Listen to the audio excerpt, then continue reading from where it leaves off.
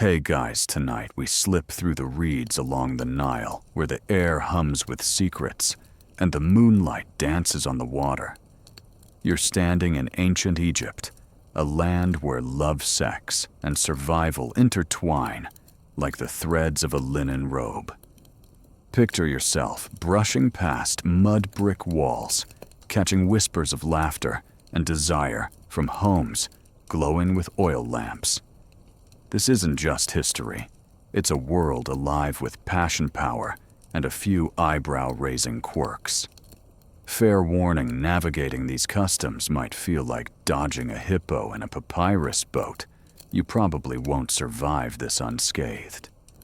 So before you get comfortable, take a moment to like the video and subscribe, but only if you genuinely enjoy what I do here. Drop a comment with your location and local time. I love knowing where you're listening from. Now, dim the lights, maybe turn on a fan for that soft background hum, and let's ease into tonight's journey together.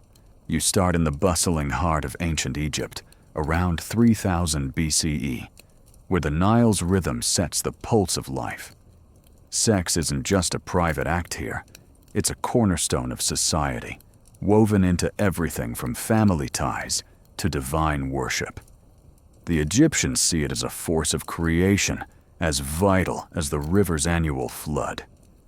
You wander through a village where farmers and artisans live in cramped, sun-baked houses. Inside, couples share reed mats on the floor, their intimacy practical, yet sacred. The mainstream fact is clear. Sex was essential for procreation, ensuring the labor force needed for agriculture and monument building. Without heirs, a family's legacy and their offerings to the dead could crumble. But here's a quirky tidbit: Egyptians didn't blush at public displays of affection. You spot a market stall where a potter casually carves a clay figurine of a nude couple, embracing sold as a fertility charm. These trinkets, often buried under doorsteps, were thought to boost a household's luck in love. Historians still argue whether these were purely symbolic or doubled as ancient sex toys. Evidence is tantalizingly vague. You smirk, imagining the potter's sales pitch, guaranteed to spark passion or your grain back. As you stroll, you notice how sex shapes social bonds. In this early period, before rigid laws, relationships are fluid. You see a man and woman bartering over a marriage contract, not a starry-eyed vow, but a deal to pool resources. Love exists, sure, but survival comes first. You overhear a mother advising her daughter to choose a husband who can provide fish and barley. Yet in the same breath, she slips her a vial of lotus-scented oil, winking about its persuasive powers. Romance and pragmatism dance a delicate duet. The Nile's banks are lush, but life is harsh. You pause by a family grinding grain, their bodies lean from labor. Sex for them isn't just about pleasure, it's about securing the next generation. Women are revered as life-givers, their fertility likened to the goddess Hathor's bounty. You catch a glimpse of a pregnant woman rubbing her belly with a paste of honey and natron, a ritual to ease childbirth. The community celebrates her, but there's pressure too. If she doesn't produce sons, whispers of bad luck might follow. You wander toward a shrine where priests burn incense to Osiris, the god of rebirth. His myth, involving a rather creative resurrection by his wife Isis, underscores sex as a cosmic act. You chuckle at the temple's phallic statues, not subtle, but revered. The priests don't flinch. To them, these symbols ensure the land's fertility. You try to wrap your head around it. Imagine explaining that to your modern neighbors. The Egyptians' openness feels refreshing, maybe even bold, compared to today's taboos. Back in the village, you notice gender roles bending. Women aren't locked away. They own land, trade goods, and speak freely. You see a weaver flirting openly with a fisherman, her confidence disarming. Sex isn't a man's domain. Women pursue desire too within limits. A fringe story catches your ear. Some women, it's said, used crocodile dung as a contraceptive paste. You wince, hoping it was just a rumor, but archaeologists have found recipes suggesting it was real. Effective, debatable. Gross, absolutely. You sit by the river watching boats glide past. The Egyptians' view of sex feels practical, yet poetic. It's not hidden behind shame, but celebrated as life's engine. You think of modern dating apps, endless swiping awkward texts. Here, attraction is simpler, a shared glance, a gift of bread, a night under the stars. But don't romanticize it too much. Disease, infidelity, and power imbalances lurk just as they do today. You spot a young couple arguing, their voices sharp. Some things never change. As the sun dips, you reflect on this society's foundations. Sex isn't just personal, it's political, spiritual, economic. From the peasant's mat to the pharaoh's palace, it binds people to each other and to the gods. You grin, imagining a time traveler's guidebook. Tip 1. Don't be shocked by nudity at festivals. The Egyptians' candor is a reminder. Desire is universal, but its rules are shaped by time and place. You stretch, feeling the Nile's breeze, ready to dig deeper into this world. The village quiets, but your journey's just beginning. You glance at the stars, wondering what secrets the gods' bedrooms hold. For now, you let the river's murmur lull you, knowing this is only the first step into Egypt's intimate past. You step into the flickering glow of a temple courtyard, where the air smells of myrrh and the walls hum with divine energy. The Nile's whisper fades behind you, but the pulse of ancient Egypt, its obsession with love sex, and the gods beat stronger here. You're diving into the sacred side of intimacy, where bedroom rituals mirror cosmic dramas.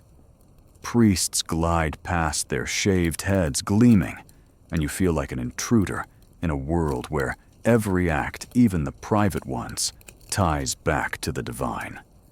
Remember that potter's fertility charm from the village. Here, those earthy desires get a heavenly upgrade. The Egyptians don't separate sex from spirituality. You stand before a towering statue of Hathor, goddess of love and pleasure, her cow horns framing a serene smile. Her temple buzzes with devotees, offering lotus flowers and beer, praying for passion or children. The mainstream fact hits you. Sex was a sacred act, believed to echo the gods' creative power. Hathor's myths tell of her dancing naked before Ra to lift his mood, cheeky sure, but it worked. You grin, imagining her as the ultimate cosmic wingwoman. You follow a priestess into a dimly lit chamber where she prepares a ritual for newlyweds. She mixes oils, saffron, juniper, and something sharp you can't place, muttering prayers to bless the couple's first night.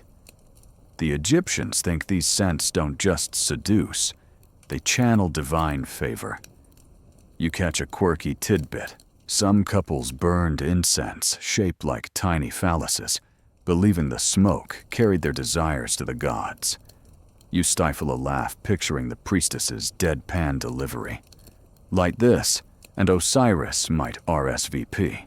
The gods themselves are no prudes. You pause by a relief of Isis and Osiris, their love story etched in stone.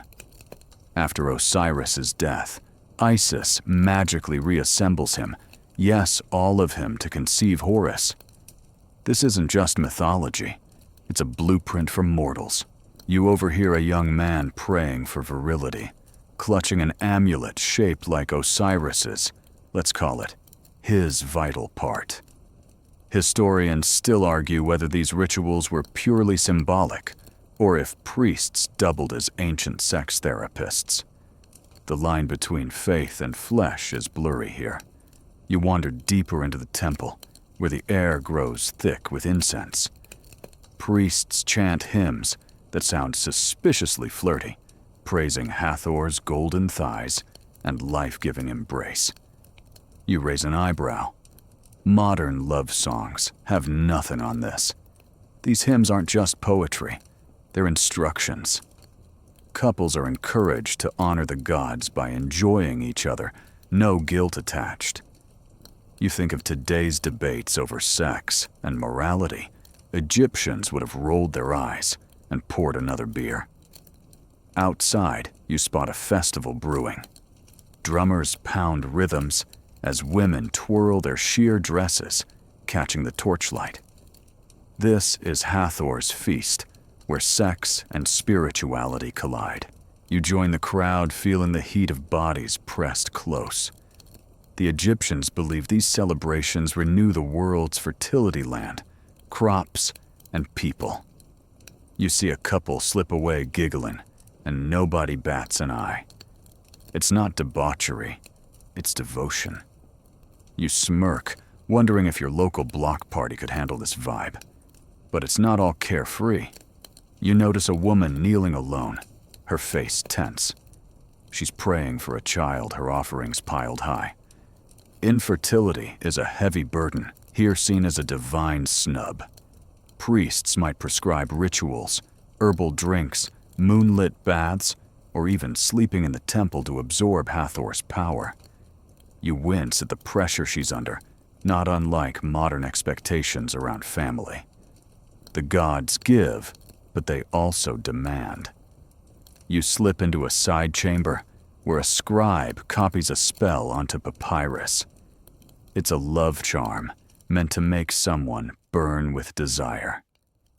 The ingredients: honey crocodile fat and a lock of hair. You grimace crocodile fat again. That village contraceptive paste comes to mind, and you wonder if Egyptians had a thing for swampy skincare. This spell, though, is serious business.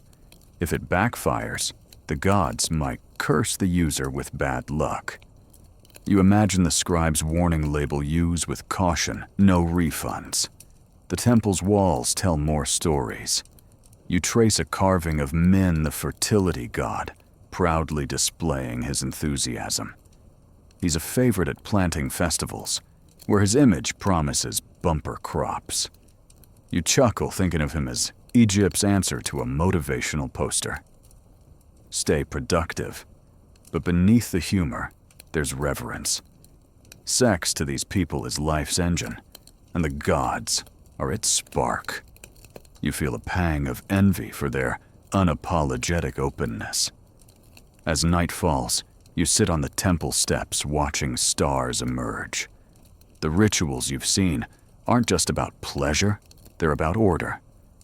The gods created the world through sex, and humans keep it spinning the same way. You think of modern religions, some preaching restraint, others silence. Egypt's approach feels raw, human, even refreshing. But it's not perfect. Power dynamics lurk, priests hold sway, and not every sacred act is consensual. You frown, remembering that even divine systems have shadows. You stand brushing sand from your hands. The festival's music fades, but its energy lingers. You've seen how the gods shape Egypt's bedrooms, turning private moments into cosmic acts. It's a lot to take in: sacred oils, phallic incense, and prayers for passion. You laugh softly, imagining explaining this to a friend. Yeah, their date night involved a goddess and some crocodile goo. The temple looms behind you, its secrets safe for now. You're ready to move on, curious about what the pharaohs get up to behind their palace doors. You slip through the towering gates of a pharaoh's palace, where the air feels heavier, charged with power and secrecy. The Nile's distant murmur is drowned out by the clink of gold and the shuffle of sandal-clad feet. You're no longer in the village or temple. This is the gilded world of Egypt's rulers, where sex isn't just personal or sacred, but a tool of empire. The pharaoh's private chambers hide scandals that could topple dynasties, and you're about to peek behind the lotus-adorned curtains. Remember that Hathor Festival's wild energy. Here, passion is less about devotion and more about strategy, though it's no less intense. You stand at a courtyard dwarfed by columns, painted with scenes of conquest. The pharaoh, seen as a living god, rules everything, including the bedroom. His sexual prowess isn't just gossip, it's state propaganda. The mainstream fact is stark. A pharaoh's fertility symbolized Egypt's strength, so he was expected to produce heirs like the Nile produces silt. You spot a relief showing Ramses II with his many sons, a flex of divine virility. His scribes boasted of his 100-plus children, though you wonder how many were actually his. DNA testing wasn't exactly on the menu. You follow a servant down a corridor, the walls gleaming with lapis and gold. The pharaoh's great wife, his chief queen, holds court in her chambers, but she's not his only partner. You catch a quirky tidbit. Pharaohs often had dozens of secondary wives and concubines housed in sprawling harems. These women from noble Egyptian families or foreign alliances were less about love and more about politics. You smirk, imagining the palace as a reality show. Harem drama Nile edition. One wrong move and a concubine could be sidelined or worse. The great wife, though, is no wallflower. You pause by her chamber where she's adorned in a pleated gown, her eyes sharp with ambition. She's not just a consort. She's a co-ruler, sometimes even a lover by choice. Take Nefertiti, whose bust you've seen in museums. Her marriage to Akhenaten was a partnership, maybe even passionate. Historians still argue whether their iconic romance was real or a carefully staged myth to boost their radical sun god cult. You picture them whispering late at night, plotting reforms, or maybe just flirting over wine. But the palace isn't all romance. You slip into a side room where a scribe records a scandal. Adultery with a pharaoh's wife was high treason punishable by death. You overhear whispers of a harem plot under Horemheb, where concubines allegedly seduced guards to gain influence.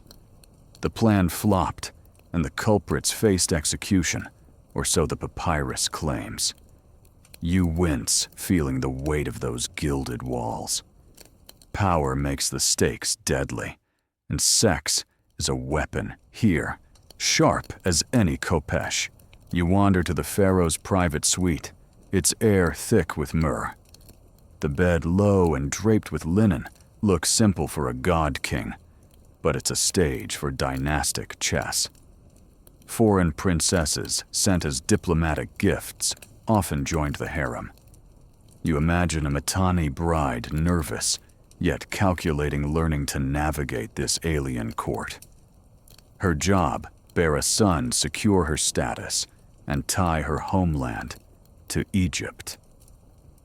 You chuckle softly. Modern dating apps feel tame compared to this high-stakes matchmaking. The harem itself is a city within the palace. You peek into its gardens, where women weave, laugh, and gossip under palm trees. These aren't oppressed prisoners. Many wield influence managing estates or advising the pharaoh. But freedom is relative. Guards ensure loyalty and rivalries simmer. You spot a young concubine slipping a charm under her rival's cushion, maybe that crocodile fat love spell from the temple. You shake your head, hoping she double-checked the recipe. Children are the harem's currency. You pass a nursery where nurses tend royal offspring, each a potential heir or pawn. Pharaohs like Seti-Don fathered dozens, but only a few sons reached the throne. Daughters, too, were valuable, married off to cement alliances. You think of modern royal families, their every move scrutinized. Here it's worse. Every birth, every affair could shift the balance of power. You grin, picturing a tabloid headline: Pharaoh's new baby threat or heir. Sex in the palace isn't just about heirs, it's spectacle. You hear of feasts where dancers barely clad perform for the court. These aren't just entertainers. Some are concubines. Their allure a subtle flex of the pharaoh's wealth. You watch one sway her anklets jingling, and the noble's eyes follow. It's seductive, sure, but also political theater. You compare it to modern celebrity culture. Same game, different costumes. Not every encounter is glamorous. You learn of servants coerced into royal beds, their consent a gray area at best. The pharaoh's divine status blurs lines, and saying no isn't always an option. You frown, reminded that power imbalances taint even the shiniest palaces.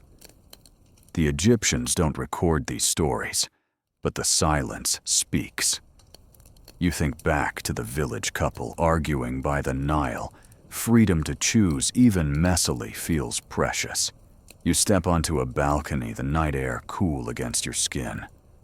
Below, Memphis sparkles its lamps like grounded stars. The pharaoh's bedroom games shape this kingdom from treaties to tombs. You reflect on Akhenaten again, his radical reign tied to Nefertiti's charisma. Was their love a spark or a script? You'll never know, but it's fun to wonder. You laugh quietly, imagining a pharaoh swiping right on a diplomatic bride. Match send chariots. As you leave the palace, you feel the weight of its secrets. Sex here isn't just pleasure or duty.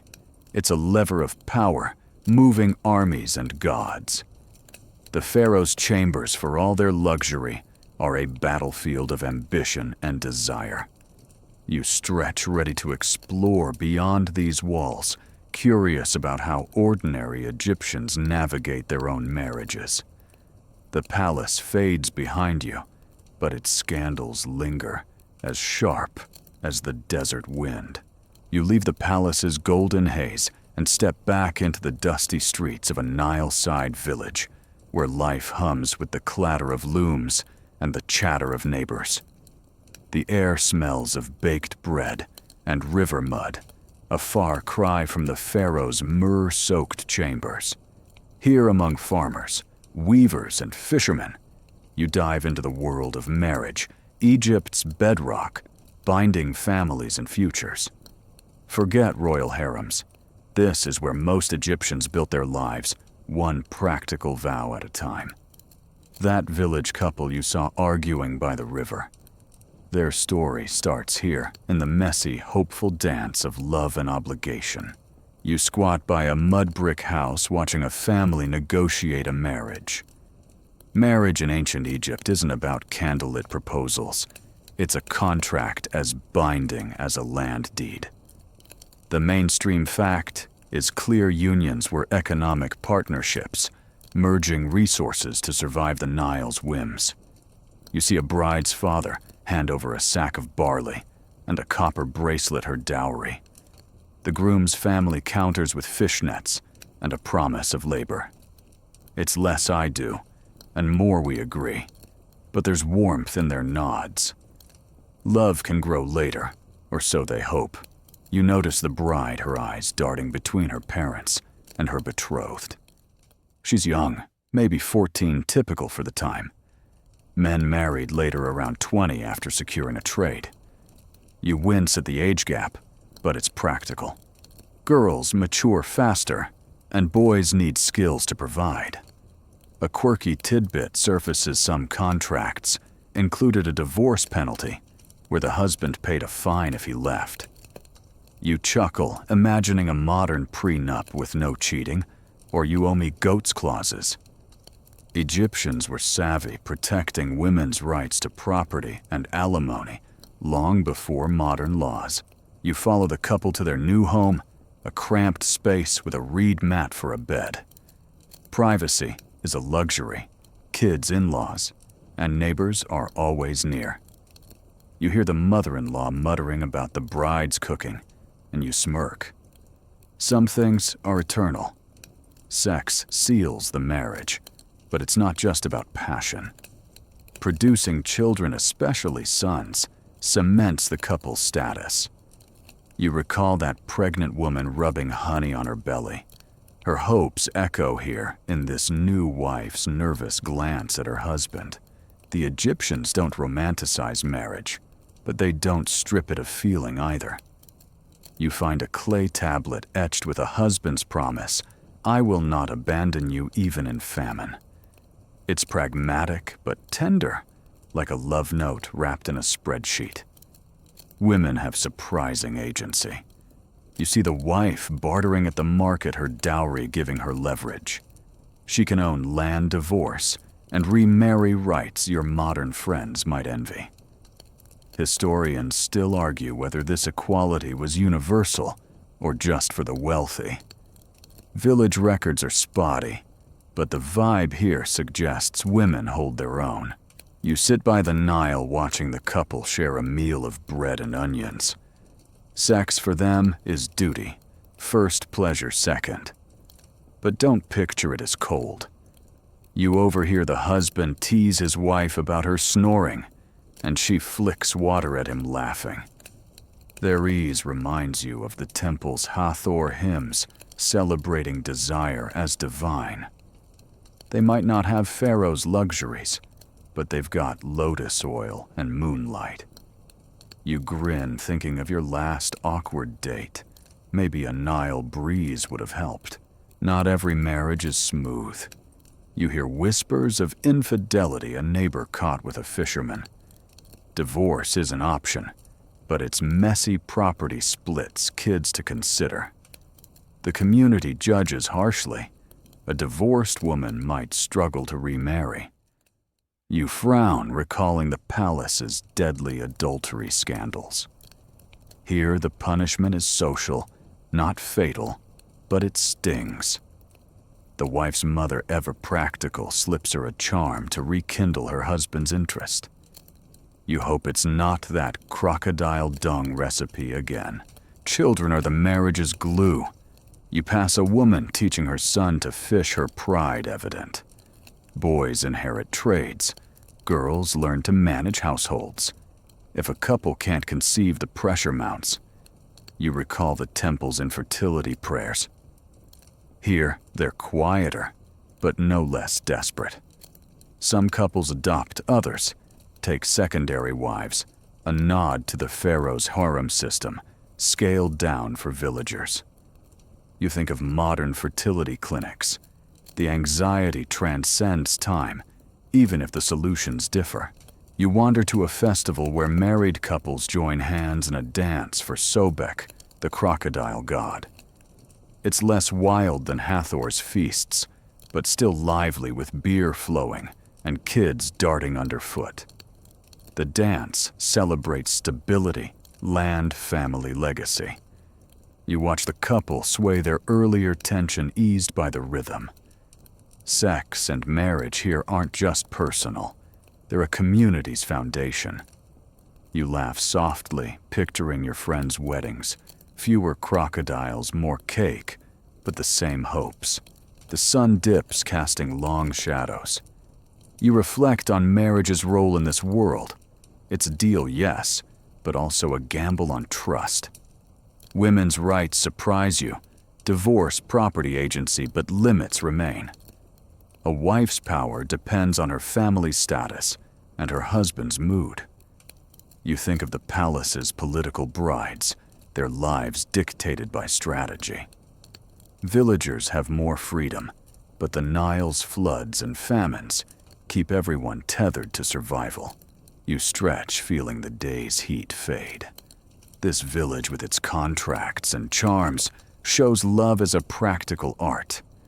The couple you followed isn't perfect, but they're building something, a life, a family, a story. You imagine their descendants centuries later, still tied to this river. It's humbling, like scrolling through your own family tree. As you turn away, you're curious about the words Egyptians used to spark desire, the poetry that fueled these marriages. The village hums behind you, its heartbeat steady as the Nile itself. You wander through a bustling Egyptian village, the air thick with the scent of dust and roasting barley. The Nile glints nearby, but your focus shifts to a quieter corner, a scribe's stall where papyrus sheets flutter like whispers of the past. You're here to uncover the love poetry of ancient Egypt, words so steamy they could fog up a temple's mirrors. These verses, etched by romantics long gone, reveal how Egyptians flirted, yearned, and seduced. Remember that village couple teasing each other over onions. Their spark likely drew from lines like these, passed down through songs and sighs. You squat beside the scribe, his reed paean scratching rhythmically. Love poetry in ancient Egypt isn't just art. It's a cultural pulse, blending desire with divine reverence. The mainstream fact is undeniable poetry was a social glue, recited at feasts, weddings, or quiet moments by the river. These weren't dusty sonnets, but raw, vivid pleas, often sung to a lyre's strum. You imagine a modern open mic night, except with more lotus flowers and fewer skinny jeans. The scribe hands you a papyrus, its ink still sharp after centuries. You read, "Your love has pierced me like a gazelle in flight." The imagery hits hard, wild, tender, urgent. Another line compares a lover's skin to honey under moonlight. You blush a little, impressed by the boldness. These poems, often written in the first person, feel personal, like eavesdropping on a private confession. You grin, thinking of your last flirty text, probably not as poetic as "my heart leaps like a fish in your net." Here's a quirky tidbit. Some poems were genderless, letting anyone, man, woman, or even a god, claim the speaker's voice. You picture a shy fisherman reciting a verse to his crush, swapping sister for brother to suit his muse. This flexibility made poetry a universal flirtation tool, no matter who you fancied. Historians still argue whether these poems were purely romantic or doubled as ritual hymns to Hathor, goddess of love. The line between sacred and sultry is, as usual, delightfully fuzzy. You move to a shaded courtyard, where a singer performs for a small crowd. Her voice, soft yet piercing, carries a poem about a lover's absence. "My bed is cold, without you, like a tomb unlit." The listeners sigh, some wiping tears. You feel it too, the ache of distance, universal across time. The singer winks at a young man, and you suspect she's aiming her words like arrows. Poetry here isn't just read. It's a seduction game played with glances and half-smiles. The poems often lean on nature's imagery. You hear lines about lotus lips and sycamore-shaded thighs, tying love to Egypt's landscape. It's practical lovers met by the Nile or under trees, so the setting doubled as a map for rendezvous. You chuckle, imagining a poet's pickup line. "Meet me by the papyrus. I'll be the one with the metaphors." Modern dating apps could learn a thing or two from this directness. No ghosting, just gazelles and honey. Not all poems are sweet. You find one on a cracked ostrakhan, a pottery shard used for quick notes. It's a scorned lover's rant.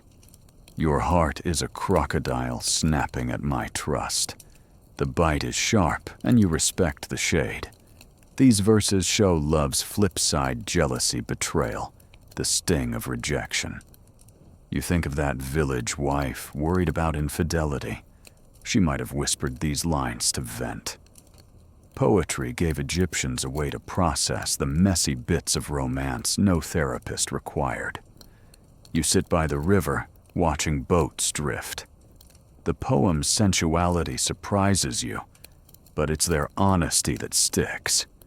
They don't shy away from physical desire. One verse begs a lover to unveil your thighs like dawn. Yet they also capture devotion, like a husband vowing to carry you beyond the stars. You compare it to modern love songs, all auto-tune and cliches. These Egyptian lines feel raw, like they were carved from the heart's marrow. Some poems hint at forbidden love. You overhear a hushed reading about two sisters entwined in secret, their bond sweeter than wine. It's coded, but the subtext is clear. Same-sex desire existed, though rarely explicit in records. You recall the temple's fluid rituals. Maybe poetry was a safe space for such truths. You nod, impressed by the courage to write it down, even if veiled. It's a reminder love in any form finds a way to speak. The scribe mentions poems used as magic. You learn lovers tucked verses under pillows or burned them with incense to cast spells. One spell poem promises to make a crush run to you like a cow to grass. You laugh out loud. Cows aren't exactly romantic, but the image works. This blend of poetry and sorcery feels quintessentially Egyptian, tying words to the god's power. You picture a nervous suitor fumbling the spell, accidentally summoning actual cows. As the sun dips, you reflect on the poetry's role. It's more than flirtation. It's a mirror of Egypt's soul, where desire, faith, and nature intertwine. You think of the palace's political marriages, so different from these heartfelt verses. Villagers with less to lose poured their truths onto papyrus. You admire their openness, their willingness to bear it all. It makes your modern hesitations swiping left. Dodging DMs seem timid by comparison. You stand brushing sand from your hands. The singer's voice fades, but her words linger like a lover's touch. These poems, with their gazelles and crocodiles, show how Egyptians navigated the wild terrain of love. You're curious now about the practical side, how they planned families balanced, passion with survival. The village hums around you, its stories etched not just in ink, but in the lives of those who sang them. You linger by the Nile's edge, where the water laps gently against reeds, and the village hums with evening chores. The poetry you heard still echoes those gazelle leaps and lotus lips, but now you turn to something earthier, how Egyptians managed fertility and family planning. In this world, sex isn't just about love or gods. It's about survival, ensuring the next generation while dodging the risks of too many mouths to feed. That pregnant woman you saw rubbing honey on her belly. Her story deepens here in a delicate balance of creation and control. You step into a healer's hut, its walls lined with jars of herbs and natron. The air smells sharp like mint, mixed with something musky. The healer, a woman with steady hands, grinds a paste for a young mother-to-be. Fertility is sacred in Egypt. Children are a family's legacy, tying the living to the dead. The mainstream fact is clear. Large families were ideal, providing labor for fields and offerings for ancestors' tombs. You see a father outside teaching his sons to plow, each boy a link in an unbroken chain. But too many children strain a family's grain stores. You watch the healer counsel a woman, her face tense from raising 4 kids already. Here's a quirky tidbit. Egyptians were pioneers of contraception, using methods that make modern pills look tame. The healer offers a pessary, a plug of honey acacia gum, and dates inserted to block conception. Papyrus texts claim acacia ferments into lactic acid, a natural spermicide. You raise an eyebrow, impressed by the science, but also wince, honey down there. Sticky business. You recall that crocodile dung contraceptive from earlier, and the healer confirms it's real, though less common.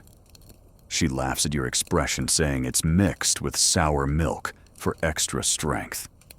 You try not to gag, picturing the sales pitch. Trust the crocodile, it's Nile approved. Historians still argue whether these methods worked or were just placebo, but the recipes detail exact measurements, application instructions, suggests trial and error over centuries. Either way, you're glad for modern options. The healer's work isn't just about prevention. You see her prepare a fertility tonic for another woman desperate for a child. The mix pomegranate seeds, lotus root, and beer sounds more like a cocktail than medicine, but it's taken with prayers to Hathor. Infertility is a heavy burden often blamed on divine disfavor. You think of the temple's moonlit baths. Here it's simpler, but no less hopeful. The woman clutches an amulet of Bez, the dwarf god who guards mothers. Her eyes shine with fragile optimism. You wander to the village square, where women share tips over laundry. One swears by timing sex with the moon's phases, full moon for boys, new moon for girls. It's less science and more folklore, but you nod, charmed by the logic. Another woman mentions abstaining during harvest season when food is scarce. Family planning here is a community affair, woven into daily life like weaving or fishing. You compare it to modern apps, tracking cycles, same goal, different tools. Men have a role too, though it's less documented. You overhear a fisherman boast about holding back to space out his kids, a rare nod to male restraint. More often, men rely on women's knowledge, trusting healers' pastes or wives' timing. You smirk, thinking of the pharaoh's endless heirs village. Men can't afford such excess. Sex for them is a calculated risk, not a royal flex. You imagine a modern guy fumbling with this system. Wait. Is it new moon or full moon tonight? Not every method is gentle. You learn of herbal abortifacients, silphium or pennyroyal used in extreme cases, like famine or rape. The healer's voice drops. These are last resorts, risky and taboo. You frown, recalling the palace's coerced servants. Choice is limited for the powerless, and even here in a village of equals, women bear the physical burden. The healer's eyes meet yours, and you sense her quiet strength, navigating life and death with every jar she opens. You sit by a fire watching sparks rise. The Egyptians' approach to fertility feels pragmatic, yet reverent. Sex is a gift, but children are a responsibility. You think of the love poetry, its passion tempered here by practicality. A young couple passes their toddler, tugging at their hands. They're tired, but smiling, their family planned with care. You contrast this with the palace's political births, where love was secondary. Here, it's personal, even if survival sets the rules. The community supports new mothers. You see neighbors bring bread and beer to a woman recovering from childbirth, her newborn swaddled in linen. Midwives, not healers, handle deliveries using stools to ease labor. You picture the scene, sweat encouragement, and a baby's first cry. Complications are common, though, and not every mother survives. You pause, the weight of that reality settling in. Modern medicine feels like a luxury, but their resilience humbles you. You reflect on the god's role. Hathor and Bez loom large, but so does Taweret, the hippo goddess of childbirth. Her statues plump and fierce guard birthing rooms. You chuckle, imagining her as a bouncer. No bad vibes in this delivery. Superstitions abound. Mothers avoid certain foods, or wear amulets to ward off evil spirits. It's not so different from modern baby showers, just with more hippos and fewer pastel balloons. As night falls, you lean against a palm tree, the Nile's murmur soothing. Family planning in Egypt is a dance of hope and caution, blending science, faith, and grit. You admire the healer's skill, the women's wisdom, the community's care. It's not perfect. Risks linger, and choices aren't always free, but it's human. You laugh softly, picturing a time traveler's guide. Pack condoms, skip the crocodile dung. The village sleeps, but its lessons linger, urging you toward the next layer of Egypt's intimate world. You weave through the crowded market of an Egyptian village, where the air buzzes with shouts of vendors and the tang of fish and spices. The Nile's glint catches your eye, but you're drawn to a woman adjusting her wig, her coal-lined eyes scanning the crowd. She's not shopping for bread, she's selling a lure. Tonight you're diving into the world of cosmetics and seduction in ancient Egypt, where beauty was a craft, a weapon, and a divine art. That lotus-scented oil from the village wedding. It's just the start of how Egyptians turned desire into a science. You pause at a stall piled with jars and pallets, the vendor rattling off her wares. Malachite for green eyeshadow, ochre for red cheeks, henna for stained lips. Cosmetics weren't just vanity, they were power. The mainstream fact is solid. Both men and women used makeup to enhance beauty and signal status, believing it pleased the gods. You watch a man apply kohl, its black lines sharp against his skin. He looks fierce like a falcon, and you get why Hathor, goddess of beauty, was worshipped with mirrors.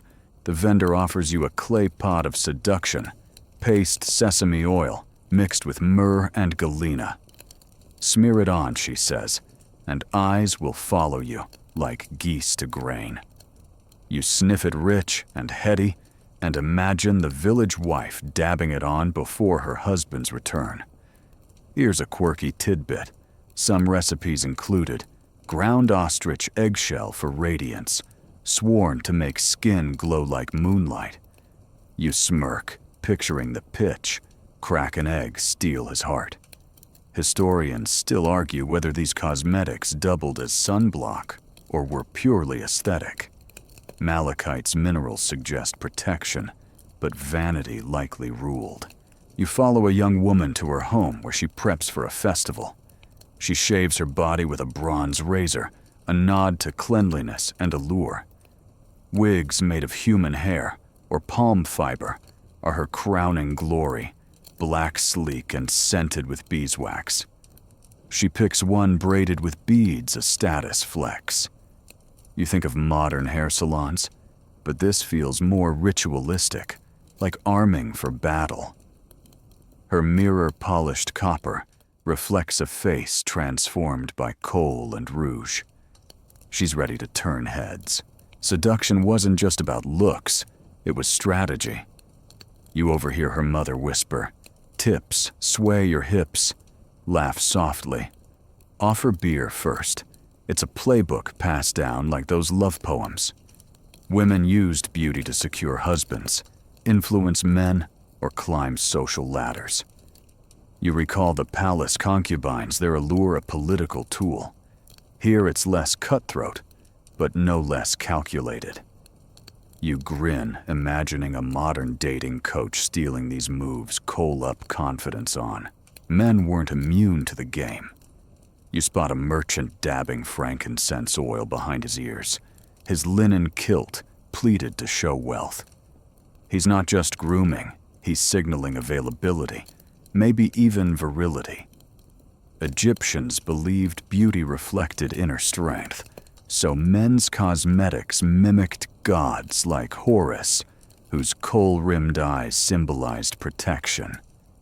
You chuckle thinking of your friend's overpriced cologne, same vibe, less divine backup. The tools of seduction extended beyond cosmetics. You see a dancer practicing for the festival, her sheer dress clinging to her curves. Jewelry anklets, collars, amulets jingles with every step, drawing eyes. These weren't just accessories. They were spells, some inscribed with Hathor's name for love luck. You picture a modern club all glitter and bass, but this dancer's moves feel timeless hips, swaying like the Nile's current. Her confidence is the real magic. Not everyone had access to luxury. You notice a farmer's wife grinding charcoal for makeshift coal, her hands rough from work. She can't afford myrrh, but she uses honey and fat for lip gloss, humming a love poem. Beauty for her is defiance against a hard life. You admire her grit, reminded of the healer's practical fertility pastes. Egyptians, rich or poor, found ways to chase desire, even if it meant improvising with kitchen scraps. There were risks. You learned some cosmetics like lead-based galena could poison over time. The vendor shrugs, beauty's worth it, she says. You wince, thinking of modern skincare fads with their own fine print. Seduction also invited judgment. A woman too bold might be called loose, her coal deemed a siren's trick. You recall the village's gossip about infidelity. Beauty walked a tightrope between admiration and suspicion. You sit by a fire watching the festival begin. The dancer spins her wig, catching torchlight, and men cheer. She's not just performing, she's weaving a spell, her cosmetics, a mask of power. You reflect on the love poetry, its metaphors of honey and moonlight mirrored in these rituals. Beauty was Egypt's language of desire, spoken by queens and farmers alike. You compare it to today's influencers, all filters and poses, same game, different tools. The night deepens, and you ponder the divine side.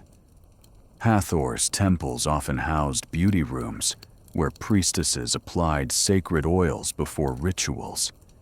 You imagine them faces, painted like goddesses, channeling love's energy. It's not so different from the village woman's mirror time, each stroke of coal a prayer. You laugh softly, picturing a time traveler's guide. Pack eyeliner, it's basically currency. The festival's music fades, but the allure lingers, pulling you toward the chaudier side of Egypt's intimate world. You slip away from the festival's torchlit glow, where the dancers' anklets still echo in your mind, and step into the shadows of a quieter Nile side street. The air feels cooler here, tinged with secrecy, as you enter the world of prostitution by the Nile, a realm where desire meets commerce. In ancient Egypt, sex work wasn't hidden in dark alleys. It was woven into the fabric of life, from dusty villages to bustling cities. That market vendor, with her seductive oils, some of her clients might be here navigating a trade as old as the river itself. You pause by a mud brick tavern, its doorway draped with reeds. Inside, women laugh over beer mugs, their coal-smudged eyes catching the lamplight. These are the women of the house, a polite term for prostitutes, serving sailors, traders, and locals alike. The mainstream fact is clear prostitution was legal and regulated, often tied to temples or taverns, with no heavy stigma attached. You watch a man slip a copper ring to a woman, her smile practiced, but warm. It's business, but there's a human spark in her glance. The setup surprises you. You expected shame or secrecy, but these women move freely, their presence as accepted as the bakers or the scribes. A quirky tidbit surfaces: some prostitutes doubled as musicians or dancers performing at feasts before offering private services. You picture one strumming a lyre, her song as much allure as her lotus-scented wig. Historians still argue whether these women enjoyed social mobility or were trapped by circumstance records, praise their charm, but dodge their struggles. You follow a woman to a back room, its walls painted with lotus blooms. She's older, her hands calloused, and you sense she's been at this a while. Clients pay in goods, grain, fish, or linen since coinage isn't common. She tucks a sack of barley under a mat, her day's earnings. You think of the palace concubines, their gilded cages. This woman's life is freer but precarious. Disease, violence, or a bad season could upend everything. You frown, reminded that freedom has limits. The tavern's patrons tell a broader story. You overhear a sailor boasting about his conquests, his beer-loosened tongue, naming ports from Memphis to Thebes. Prostitution thrives in trade hubs, where men far from home seek comfort. Women here cater to all laborers, merchants, even priests on pilgrimage. You smirk, imagining a priest muttering prayers to Hathor while slipping out the back. The goddess of love, after all, blessed pleasure in all its forms. Some prostitutes are tied to temples. You wander to a shrine of Bes, the grinning god of revelry, where sacred sex workers serve devotees. Their work, blending ritual and commerce, ensures divine favor, or so the priests claim. You recall the temple's fertility rites. This feels less holy, more transactional. The women wear amulets, maybe for protection or luck. You wonder about their lives. Did they choose this, or were they offered to the gods? The papyrus records stay silent. Not all sex work is so structured. You hear of street women who work the docks, their rates lower, their risks higher. They lack the tavern's safety or the temple's prestige, bartering for bread or beer. You spot one by the river, her face weary as she adjusts her shawl. Her life feels worlds apart from the dancer's festival glamour, yet both wield a lure to survive. You think of modern gig economies, different stakes, same hustle. The community's attitude is pragmatic. You see a wife buying fish next to a prostitute, their chatter friendly. Sex work isn't a scandal. It's a job like weaving or brewing. But judgment lingers. A prostitute's child might face whispers, and marriage prospects are slim. You recall the village's divorce. Gossip reputation matters even in a tolerant society. These women navigate a tightrope, balancing independence with social cost. Protection is a concern. You learn some women use the same contraceptive pessaries as married wives, honey and acacia gum. No crocodile dung, thankfully. Others relied on amulets or prayers to avoid pregnancy or disease. The risks were real. Medical texts mention womb sickness from frequent clients. You wince, grateful for modern healthcare. The healer you met would have had her work cut out here, blending herbs and hope. Men's roles intrigue you. You overhear a merchant haggle with a tavern woman, his tone respectful but firm. Clients range from lonely to entitled, but violence isn't rare. The tavern keeper, a burly woman, keeps order with a stick and a glare. You chuckle picturing her as the Nile's toughest bouncer, pay up or swim home. Her presence reassures you someone's looking out for these women, even if the system doesn't. You sit by the Nile watching boats bob under starlight. Prostitution, like marriage or poetry, is part of Egypt's intimate tapestry. It's not romanticized, but it's not demonized either. You think of the love poems, their tender yearning.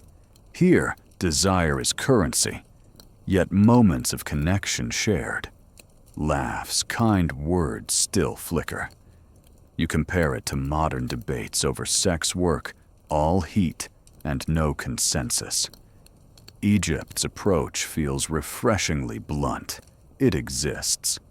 So manage it. The tavern's noise fades, and you reflect on these women's lives. They're not victims or villains, just people navigating a world of need and opportunity. Some save enough to buy land, others fade into the river's margins. You admire their resilience, their ability to carve space in a crowded society. You laugh softly, imagining a time traveler's guide. Tip your sex worker, skip the barley if she asks for linen.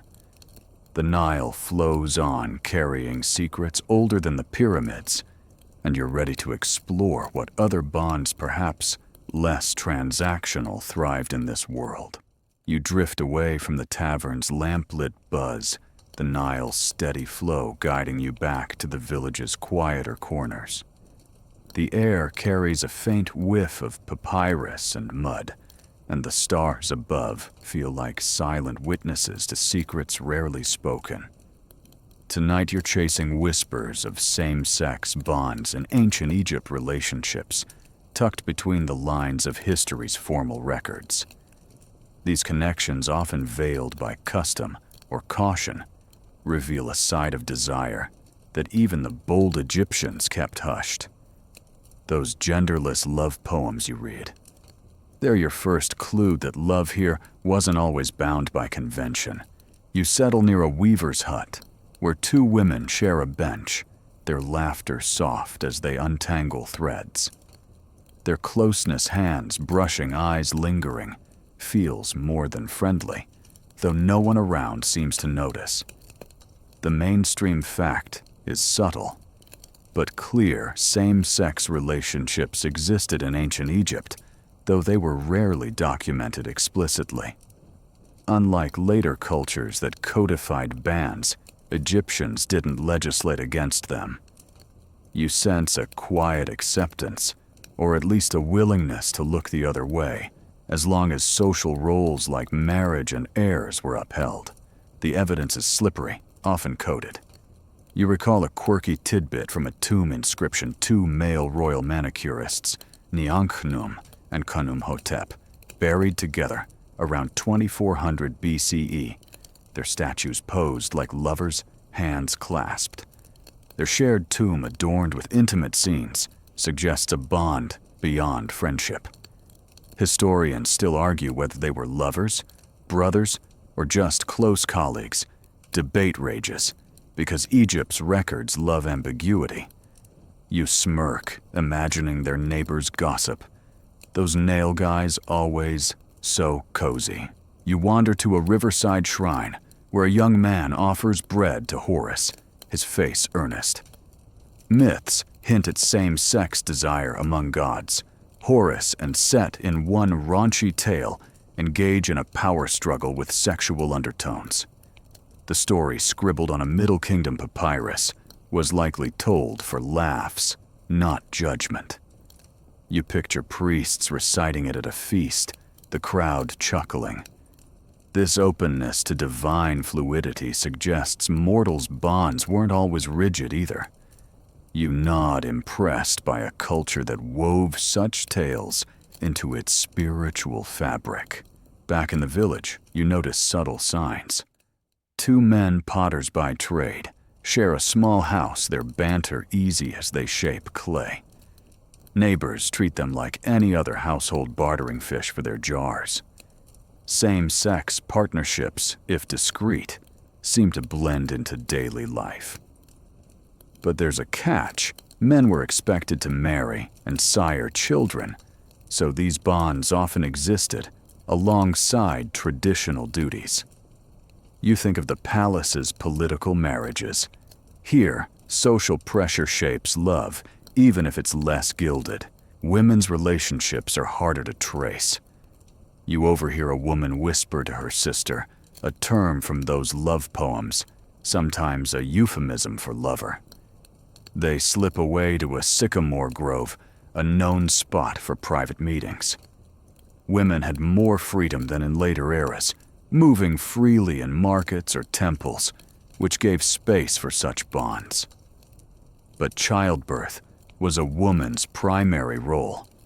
So lesbian relationships likely stayed secondary, hidden in plain sight. You frown, wishing for a papyrus that spilled the tea. The poetry you read earlier offers clues. Those genderless verses your love burns me like noon's fire could be spoken by anyone to anyone. You imagine a woman reciting one to her beloved, her voice low to avoid prying ears. Poetry was a safe haven, letting desire breathe without naming it. You compare it to modern coded love songs, their subtext a wink to those in the know. Egyptians mastered that art millennia ago, and you respect their finesse. Legal records are mum, but myths and art speak louder. You recall a temple relief of two women dancing their bodies, entwined in a way that feels deliberate. Was it ritual or romance? The artist left it vague, maybe on purpose. Same-sex desire wasn't celebrated like heterosexual love, but it wasn't demonized either. You think of the taverns prostitutes accepted, yet judged. Queer bonds occupied a similar gray space tolerated if they didn't disrupt the social order. There were risks. You hear a rumor of a man shunned for neglecting his wife, his friend blamed for distracting him. Public opinion could turn if rules weren't fulfilled. Sons needed fields, plowed ancestors honored. Women faced less scrutiny, their bonds less likely to threaten lineage. You recall the healer's contraceptive pastes. Discretion was key, and these couples likely relied on it. You chuckle, picturing a nervous lover double-checking the acacia gum supply. The gods' myths offered cover. You sit by the Nile, watching a boatman sing a hymn to Hathor, her love embracing all. Her festivals with their wild dances blurred lines, men with men, women with women, all swept up in divine ecstasy. These moments gave space for forbidden sparks, fleeting, but real. You imagine a modern pride parade, all flags and freedom. Egypt's version was subtler, wrapped in lotus wreaths and moonlight. You reflect on the silence in the records. No love letters, survive no explicit laws. But the gaps tell a story, Niankhnum and Khnumhotep's tomb, Horus, and Set's myth those coded poems. Egyptians loved fiercely even when society nudged them toward tradition. You think of the village couple's practical marriage. Same-sex bonds were less visible, but no less human. You grin, imagining a time traveler's guide. Flirt in verse, keep it vague, and don't skip the family reunion. As the night deepens, you lean against a palm, the river's murmur soft. These hidden loves, like the Nile's undercurrents, shaped lives without fanfare. You admire their courage, their ability to carve space in a world of duty. The weaver women's laughter, the potter's shared clay. These are the real monuments, as enduring as any pyramid. You're ready now to explore love's riskier side, where passion courts danger. The village sleeps, but its secrets pulse ready for you to uncover. You linger in the village's quiet dusk, the Nile's ripples catching the last light as you move toward a darker corner of ancient Egypt's intimate world. The laughter of those weaver women fades, replaced by hushed whispers and furtive glances. Tonight you're stepping into the risky thrills of adultery, where forbidden love ignites passion but courts disaster. In a society bound by marriage, contracts, and community eyes cheating was a gamble with stakes as high as the pharaoh's throne. That scorned lover's poem about a crocodile heart. Its bitterness takes root here. You pause by a mud brick wall, overhearing a heated exchange. A woman, her voice low, pleads with a man, not her husband, to meet her by the sycamore grove at midnight. her eyes dart wary of neighbors. Adultery in ancient Egypt wasn't just a personal betrayal, it was a social earthquake, threatening family alliances and inheritances. The mainstream fact is stark cheating could lead to divorce, public shame, or in extreme cases death, especially if the affair involved royalty. You recall the palace's treasonous harem plots here. The consequences are less gilded, but no less brutal. The risks didn't stop everyone. You follow the woman to the grove, her steps quick and silent. She's married her husband, a brewer who travels for trade. The man waiting a scribe clutches a lotus flower, his face a mix of nerves and desire. Their embrace is swift, desperate, as if the stars might snitch.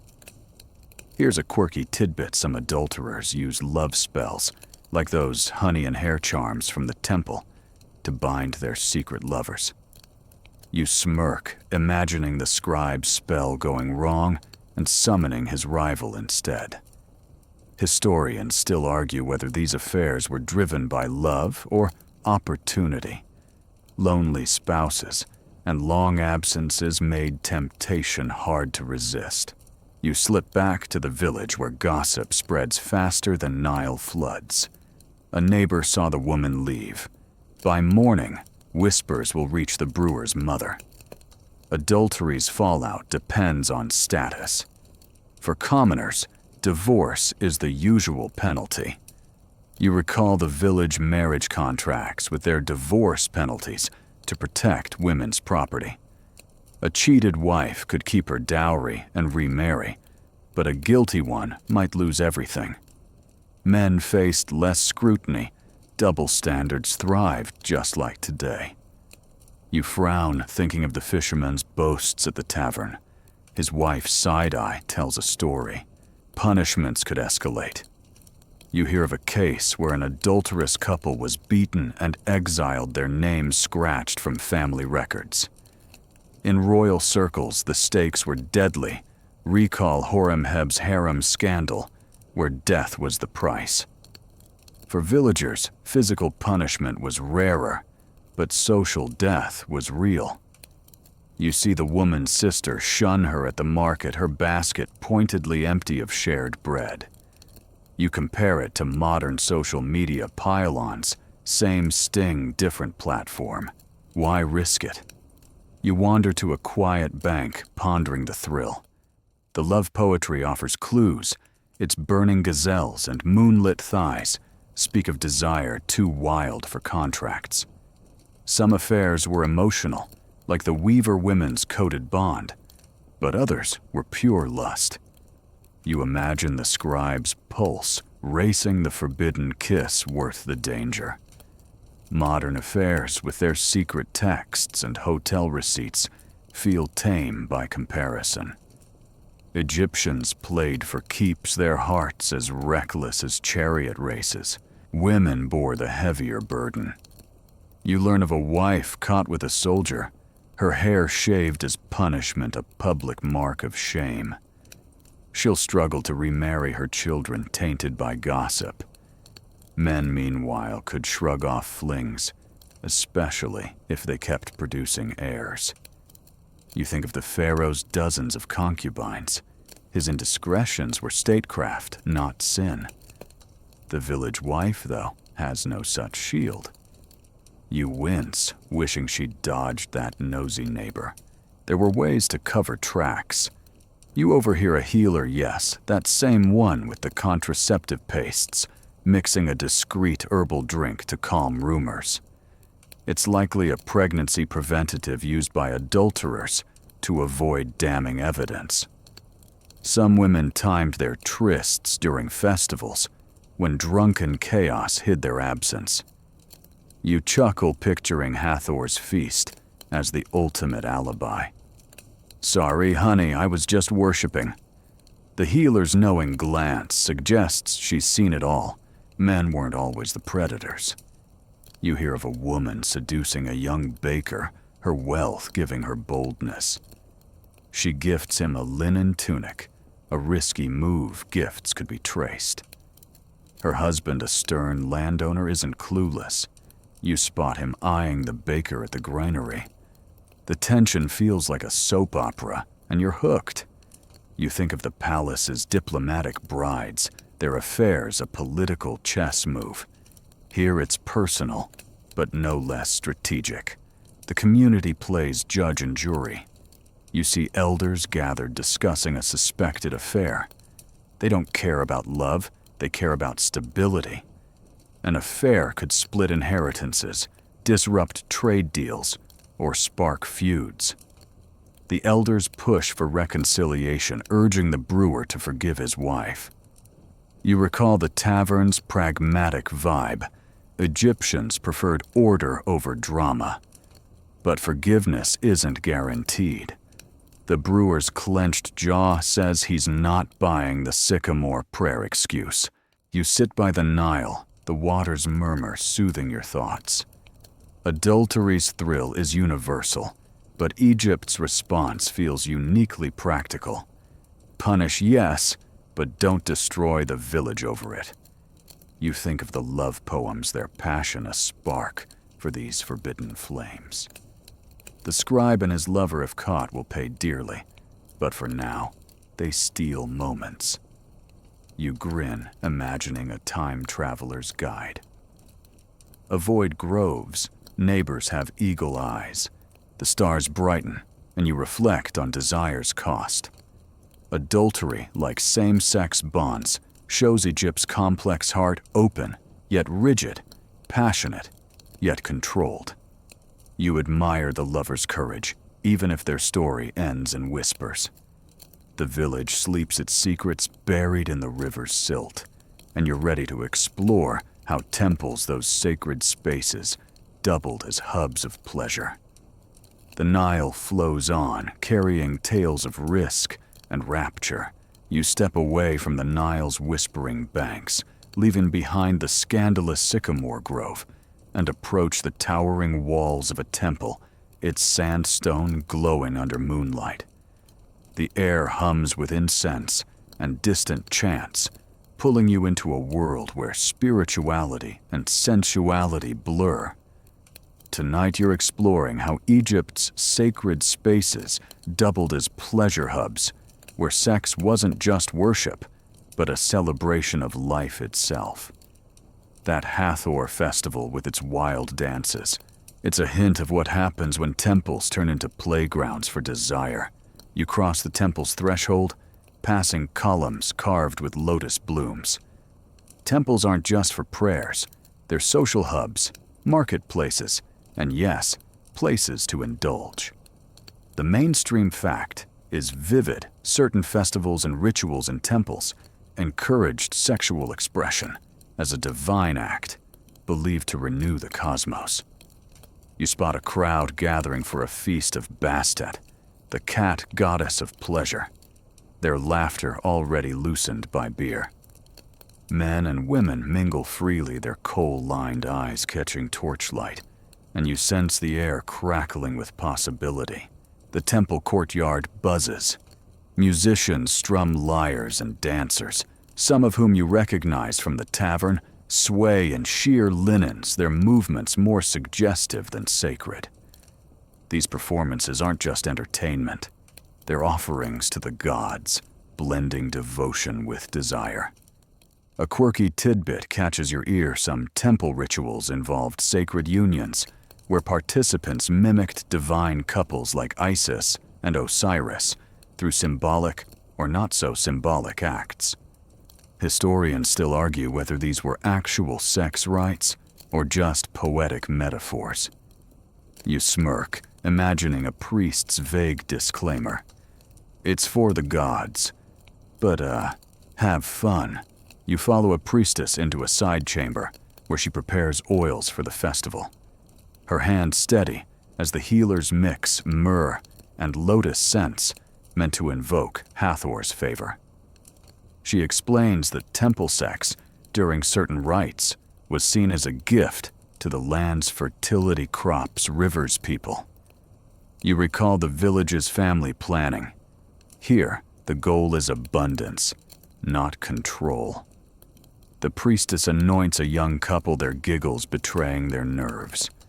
They're here to honor Bastet, and you suspect they'll enjoy the assignment. Not all pleasure is so sanctioned. You overhear whispers of unofficial trysts in temple storerooms, where shadows hide lovers from prying eyes. Temples with their sprawl of rooms and lax nighttime guards were perfect for discreet rendezvous.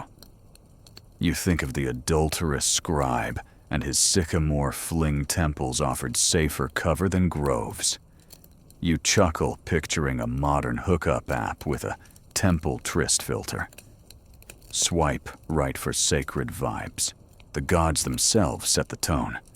You pause by a relief of Min, the fertility god, his enthusiasm carved in bold relief. His festivals, held in fields and temples, were notorious for excess. Think drunken picnics with a side of debauchery. Men carried phallic statues, women sang bawdy songs, and couples slipped away to celebrate. You compare it to modern music festivals, all sweat and spontaneity, but with a divine excuse. Min's devotees believed their fun ensured good harvests, so everyone won except maybe the cleanup crew. Women played central roles. You watch priestesses lead a dance, their anklets jingling like the tavern dancers.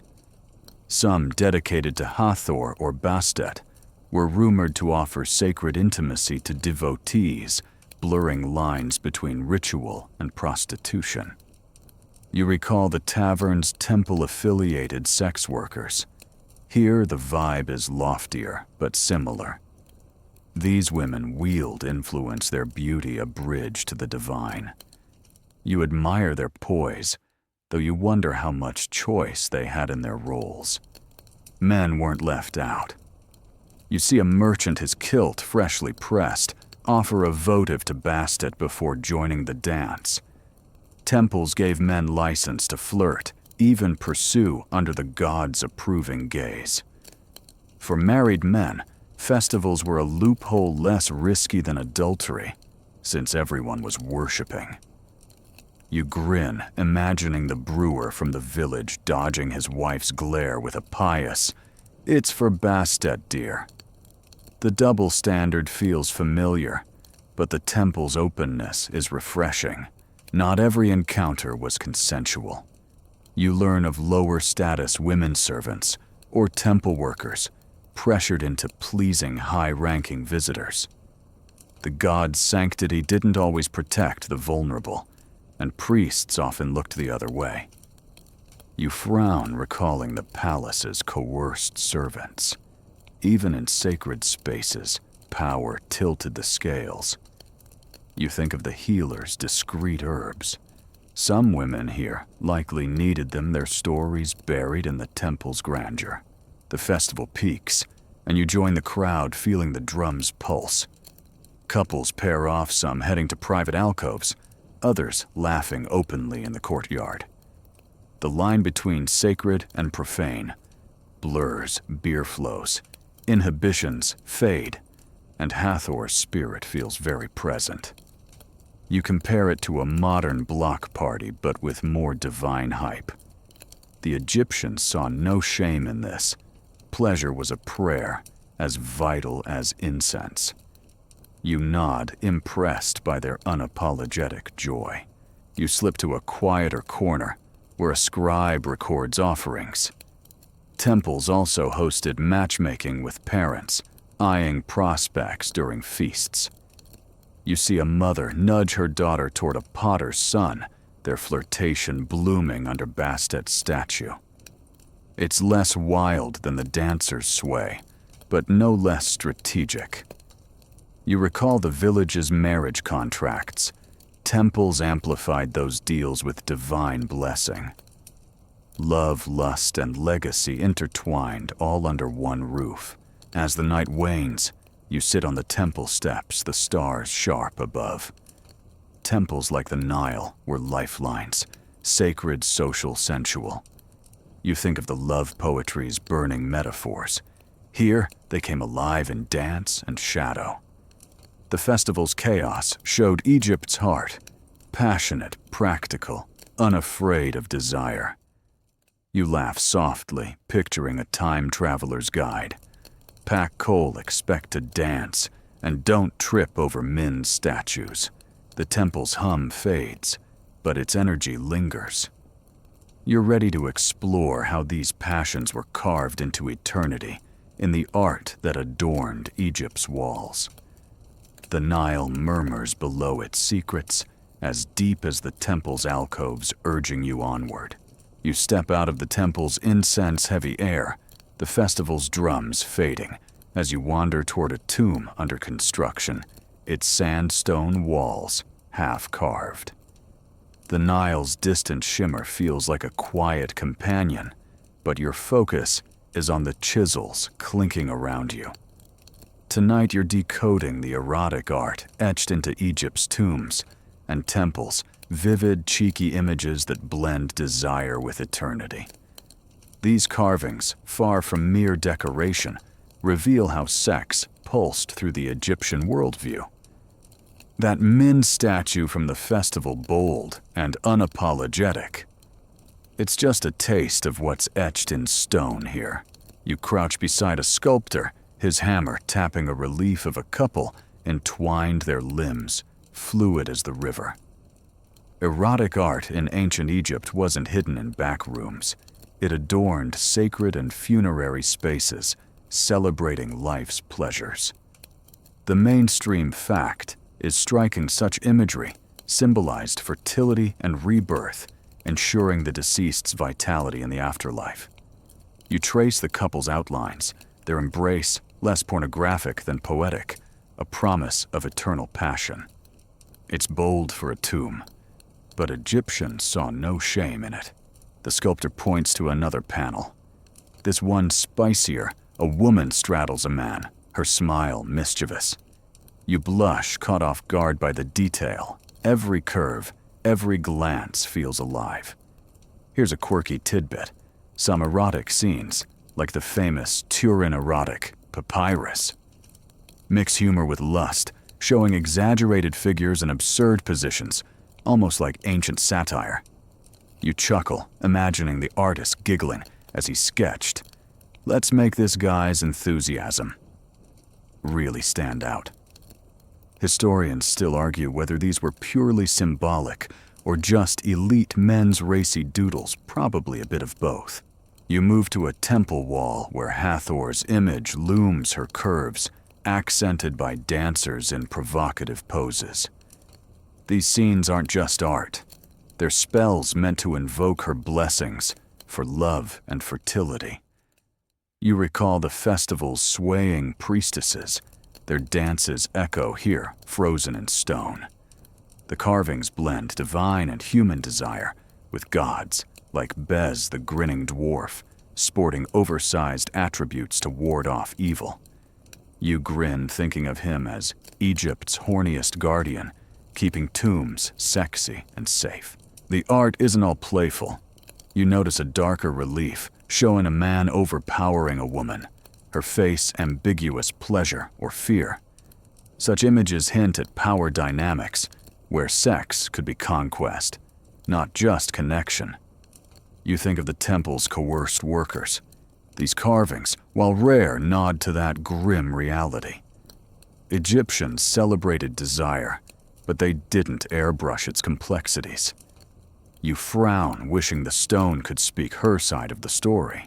You wander to a noble's tomb, its walls, a gallery of life's joys, feasts, hunts, and Yiggy's love. One scene shows a couple on a bed, her hand on his thigh, their intimacy tender yet bold. This wasn't scandalous. It was aspirational, ensuring the noble's afterlife included passion. You compare it to modern bucket lists, skydiving, sure, but Egyptians prioritized a good time forever. The art feels personal, like the love poem's lotus lips carved for eternity. Not every image is so domestic. You find a temple frieze of a festival men and women tangled in what looks like a divine orgy. It's chaotic with wine jars and lyres scattered mirroring Bastit's feasts. The scene's purpose: to channel chaos into creation, ensuring cosmic order. You recall the village's practical marriages. Here, art lets desire run wild, if only in stone. You smirk, picturing a priest explaining this to a prude. It's cosmology, not a party. The craftsmen intrigue you. You watch a young artist sketch a nude figure, his focus intense. Erotic art required skill too crude, and it's laughable. Too subtle, and it's missed. These artists were respected, their work blending craft with reverence. Some carvings, though, were graffiti quick sketches by workers, like a phallus scrawled near a quarry. You laugh, imagining their lunch break banter. Bet I can carve it bigger. It's human, a reminder that Egyptians like you loved a good joke. The art's reach went beyond elites. You learn of clay figurines like the village's fertility charms sold to commoners. Some were explicit couples in mid-act, meant to boost bedroom luck. You think of the potter's market stall. These were his best sellers tucked under mats for discreet use. The line between sacred and spicy blurs again, and you admire Egypt's knack for making sex both holy and fun. There's a gender slant. You notice more male-driven scenes, men pursuing women yielding. Women's desire, when shown, is often tied to fertility, like Hathor's nurturing curves. You recall the weaver, women's subtle bond. Their kind of love rarely made it to stone. The art reflects society's bias. Men's lust was art, women's was duty. You sigh, wishing for a carving of those women, hands clasped, defying the norm. You sit by the tomb's entrance, the night air cool. The carvings glow faintly, their stories outlasting the hands that made them. They're not just decoration, they're Egypt's heartbeat, tying sex to life, death, and divinity. You think of the temple's pleasure hubs. These walls make that spirit eternal. You compare it to modern art. All abstract angst Egyptians were clearer about what mattered: love, lust, legacy. The stars sharpen, and you reflect on the art's honesty. It doesn't shy from desire's highs or lows. Joyful couples, predatory men, cheeky gods. You admire the balance, the way Egyptians carved truth without judgment. You laugh softly, picturing a time traveler's guide. Don't blush at tombs, it's just their vibe. The chisel's quiet, but the carvings pulse, urging you toward the next layer of Egypt's intimate world. How class-shaped who got to love and how.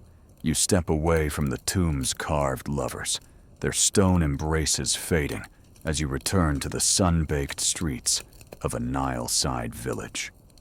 The air buzzes with the clatter of looms and the shouts of children, but your mind is on the invisible lines that divide this world. Tonight you're unraveling how sex and social status shaped bedroom dynamics in ancient Egypt, where class dictated who could love how and with whom. Those erotic reliefs bold and universal. They hide a truth: desire was free, but its rules were not. That village couple sharing onions, their love was shaped by their place in the pecking order. You wander through the market where status is as clear as the Nile's current. Nobles glide past in pleated linens, their wigs gleaming, while farmers haggle in rough kilts, their hands calloused. The mainstream fact is undeniable: social class governed sexual access and expression, from marriage to affairs to sacred rites. Nobles had harems and diplomatic brides, like the pharaoh's court, while commoners paired off in practical unions. You see a noble woman, her gold collar flashing barter for mere oil. Her seduction game operates on a different level from the farmer's wife with her charcoal coal. Class didn't just mean wealth, it meant power over desire. You pause by a granary where a landowner negotiates with a laborer's daughter. Her family needs grain. He offers it, but his eyes linger too long. A quirky tidbit surfaces: elite men often took lower-class women as concubines, their status shielding them from scandal. The laborer's daughter, if she agrees, might gain security but lose autonomy. You wince, recalling the palace's coerced servants class turned sex into a transaction, not always consensual. Historians still argue whether these women had real agency or were trapped by survival's math. You follow the noblewoman to her estate, its walls painted with lotus motifs. Her marriage, like the pharaohs, is a strategic alliance, linking families for land or influence. She has lovers discreet, of course, chosen from her class or higher. Adultery for her is a game, not a death sentence thanks to her status. You think of the village wife's sycamore tryst, her life at risk for the same act. The noblewoman's wealth buys privacy. Servants look away, and gossip rarely reaches her husband. You smirk, imagining her modern equivalent dodging paparazzi, same vibe, better wigs. Commoners, meanwhile, navigate tighter rules. You sit with a weaver, her fingers deft as she spins flax. Her husband, a fisherman, shares her mat in a cramped hut, their intimacy squeezed between kids and in-laws. Their marriage, like most, is a survival pact. Love is a bonus. She can't afford the noblewoman's oils or lovers. Her seduction is a shared beer and a stolen glance. Yet she has rights divorce property unheard of for lower classes in later eras. You nod, impressed by Egypt's egalitarianism, even if it's not universal. The lowest classes, laborers, slaves, face harsher realities. You overhear a brickmaker's wife complain about her master's favors, her voice bitter. Slaves and servants often served as sexual outlets for elites, their consent irrelevant. You recall the tomb's darker reliefs, where power trumped passion. These encounters, rarely recorded, haunt the margins of Egypt's story. You frown, thinking of the tavern's street women. Even they had more choice than a slave bound to a master's whim.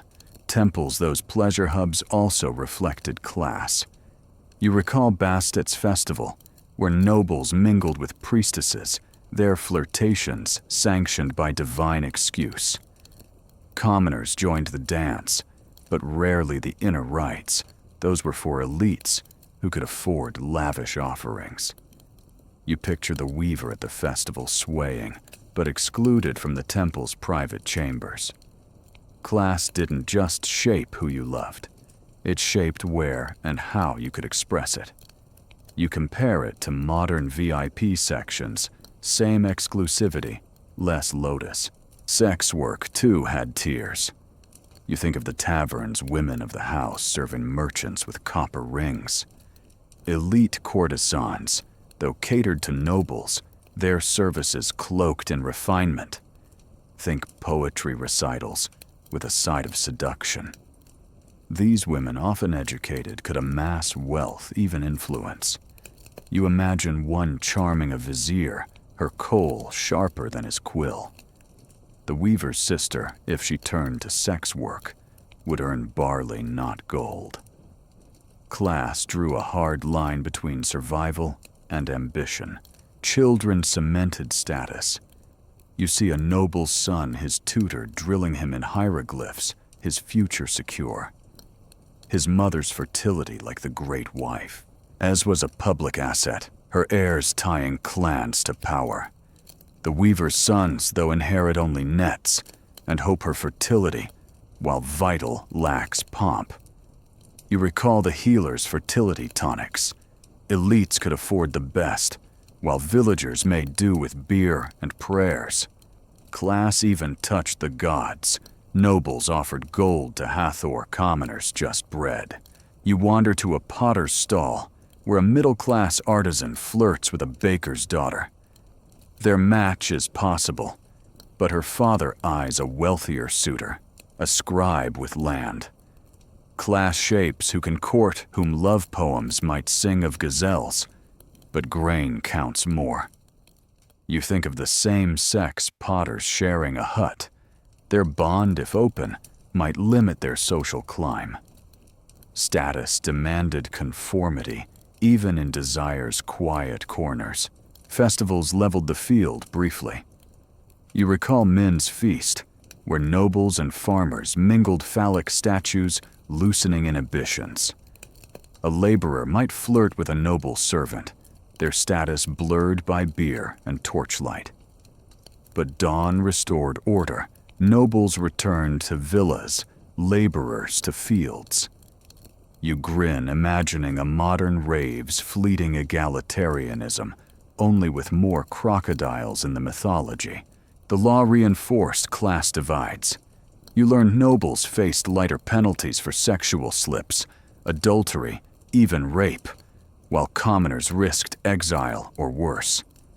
A nobleman's affair with a slave was ignored. A laborer's with a noblewoman could cost his life. You recall the village wife's shaming. Her lower status made her vulnerable. The system protected power, not fairness, and you sigh seeing parallels in today's headlines. Yet there were cracks. You hear of a weaver's daughter who married up her beauty and wit, charming a merchant. Her coal bought with saved barley rivaled a noblewoman's. Stories like hers, rare but real, gave hope. You think of the tavern's courtesans, some saving for land. Class was rigid, but desire strategic or reckless could bend it. You admire the audacity like a modern underdog outsmarting the system. You sit by the Nile, its current steady as Egypt's hierarchy. Class-shaped sex, like a sculptor's chisel carving, who could love cheat or dream. The noblewoman's gilded affairs, the weaver's cramped mat, the slave's stolen moments, all danced to status's tune. You think of the tomb's erotic art, its universal passion masking these divides. You laugh softly, picturing a time traveler's guide. Check your class before you flirt, and don't expect an invite to the vizier's party. The village darkens, but its stories burn bright. You're ready to explore how Egyptians treated desire's ailments in texts as practical as their marriage deals.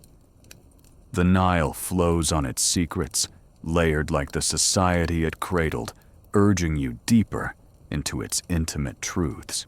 You leave the market's clamor, the potter's flirtations fading, as you step into the dim interior of a scribe's workshop, where papyrus scrolls spill across a low table. The air smells of ink and dried reeds, and the scribe's reed pen scratches like a whispered secret. Tonight you're diving into ancient Egypt's medical texts on desire prescriptions for passion potency and the heart's quieter aches. These writings, as blunt as a farmer's bargain, show how Egyptians doctored love's highs and lows. That healer's contraceptive paste. Her craft gets a scholarly twist, here, blending herbs with hope. You unroll a scroll, its hieratic script dense but vivid. Medical texts in ancient Egypt tackled sex with the same precision as fever or fractures. The mainstream fact is clear physicians documented treatments for sexual dysfunction, infertility, and even lovesickness, seeing desire as a health issue tied to the body's balance. You read a recipe for male potency, ground carob honey, and sycamore sap mixed with beer. The scribe claims it lifts the spirit like raw's dawn. You raise an eyebrow, sounds tasty, but does it work? The texts are practical, not prudish. You find a cure for low libido in women lotus petals, steeped in wine taken under a full moon. It's poetic, like the love poem's metaphors, but rooted in observation. A quirky tidbit jumps out when papyrus suggests rubbing onion juice on a man's enthusiasm to boost performance. You wince, picturing the patient's face. Doc, are you sure about the onion? Historians still argue whether these remedies were effective or placebo.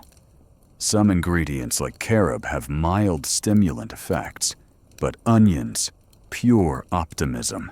You follow the scribe to a healer's hut, where a man seeks help for weakness after a long harvest. The healer, a woman with sharp eyes, mixes the carob concoction, her hands steady, as she chants to Sekhmet, goddess of healing. Sexual health was sacred impotence, wasn't just personal, but a cosmic misfire, threatening family and fields. You recall the temple's fertility rites. Here, the approach is quieter, but no less urgent. The man downs the brew, grimacing but hopeful. Women's issues get equal ink. You read about treatments for irregular cycles, seen as barriers to conception. One text prescribes dates and fenugreek blended with milk to open the womb. The healer explains it's for a newlywed desperate for a son. Infertility, as you saw in the village, carried social weight texts, urged quick fixes to avoid divine blame. You think of the noblewoman's lavish tonics. Commoners relied on these humbler mixes, their stakes just as high. Lovesickness, surprisingly, was a diagnosis. You find a passage about a heart scorched by longing, with symptoms like sleeplessness and poor appetite. The cure: a charm of myrrh and a priest's prayer, plus advice to seek the beloved. You grin, imagining a modern therapist nodding. Just text them already. The text's blend of magic and pragmatism feels Egyptian love was a fever, and they had a pill for it. You recall the adulterous scribe's risky passion. Maybe he needed this scroll. Not all treatments were gentle. You learn of invasive procedures like vaginal fumigations with burning herbs to cleanse barrenness. The healer winces, admitting they're painful. Men faced their own discomforts. Texts mention massaging bitter herbs into sensitive areas. You shudder, grateful for modern pharmacies. The risks were real. Some herbs, like silphium, could cause nausea or worse. You think of the tavern's disease risks. Healers fought desire's fallout with grit and guesswork. The texts reveal gender biases. Male potency gets more attention with dozens of recipes, while women's pleasure is barely mentioned, their health tied to motherhood. You recall the weaver, women's subtle bond. Their desires didn't make the papyrus. Yet women healers, like the one before you, held authority, their knowledge bridging class and gender. You admire her, a scientist in a world of gods. You sit by the hut, the Nile's murmur soft. These texts, like the erotic art, show Egypt's frankness. Sex was health, not shame. You think of the love poetry's fire. Here, it's tamed with herbs and prayers. The healer's patient leaves his step lighter. You compare it to modern Viagra ads, all swagger and no lotus. You laugh softly, picturing a time traveler's guide, skip the onion rub stick to beer and carob. The night deepens, and you reflect on desire's place in Egypt's medicine. It wasn't just physical heart-body, and gods intertwined, each needing balance. The scribe's scrolls, like the village's marriages, aimed for harmony, not excess. You're ready now to join the wilder side festivals, where fertility wasn't doctored, but unleashed. The Nile glints its secrets as layered as the healer's jars, beckoning you onward. You slip out of the healer's hut, the scent of carob and myrrh fading as you step into the vibrant chaos of a village square, alive with torchlight and laughter. The Nile's steady hum is drowned out by drums and the clink of beer jars, signaling a festival of fertility, one of ancient Egypt's wildest celebrations. Tonight you're joining the revelry, where sex life and the gods collide in a sweaty, joyous tribute to creation. Those temple dances for Hathor, they're tame, compared to this a full-throttle ode to the land's and people's fruitfulness. You weave through the crowd, where farmers, weavers, and even a few nobles mix their faces, flushed from heat and drink. Fertility festivals like those for Min or Hapi, the Nile god, were Egypt's way of ensuring abundance. The mainstream fact is bold. These events held at planting or flooding seasons encouraged uninhibited behavior, drinking, dancing, and coupling to mirror the Earth's renewal. You spot a man hoisting a wooden phallus Min symbol as women cheer. It's not subtle, but it's sacred, and you feel the crowd's energy pulse like a heartbeat. The festival's heart is its chaos.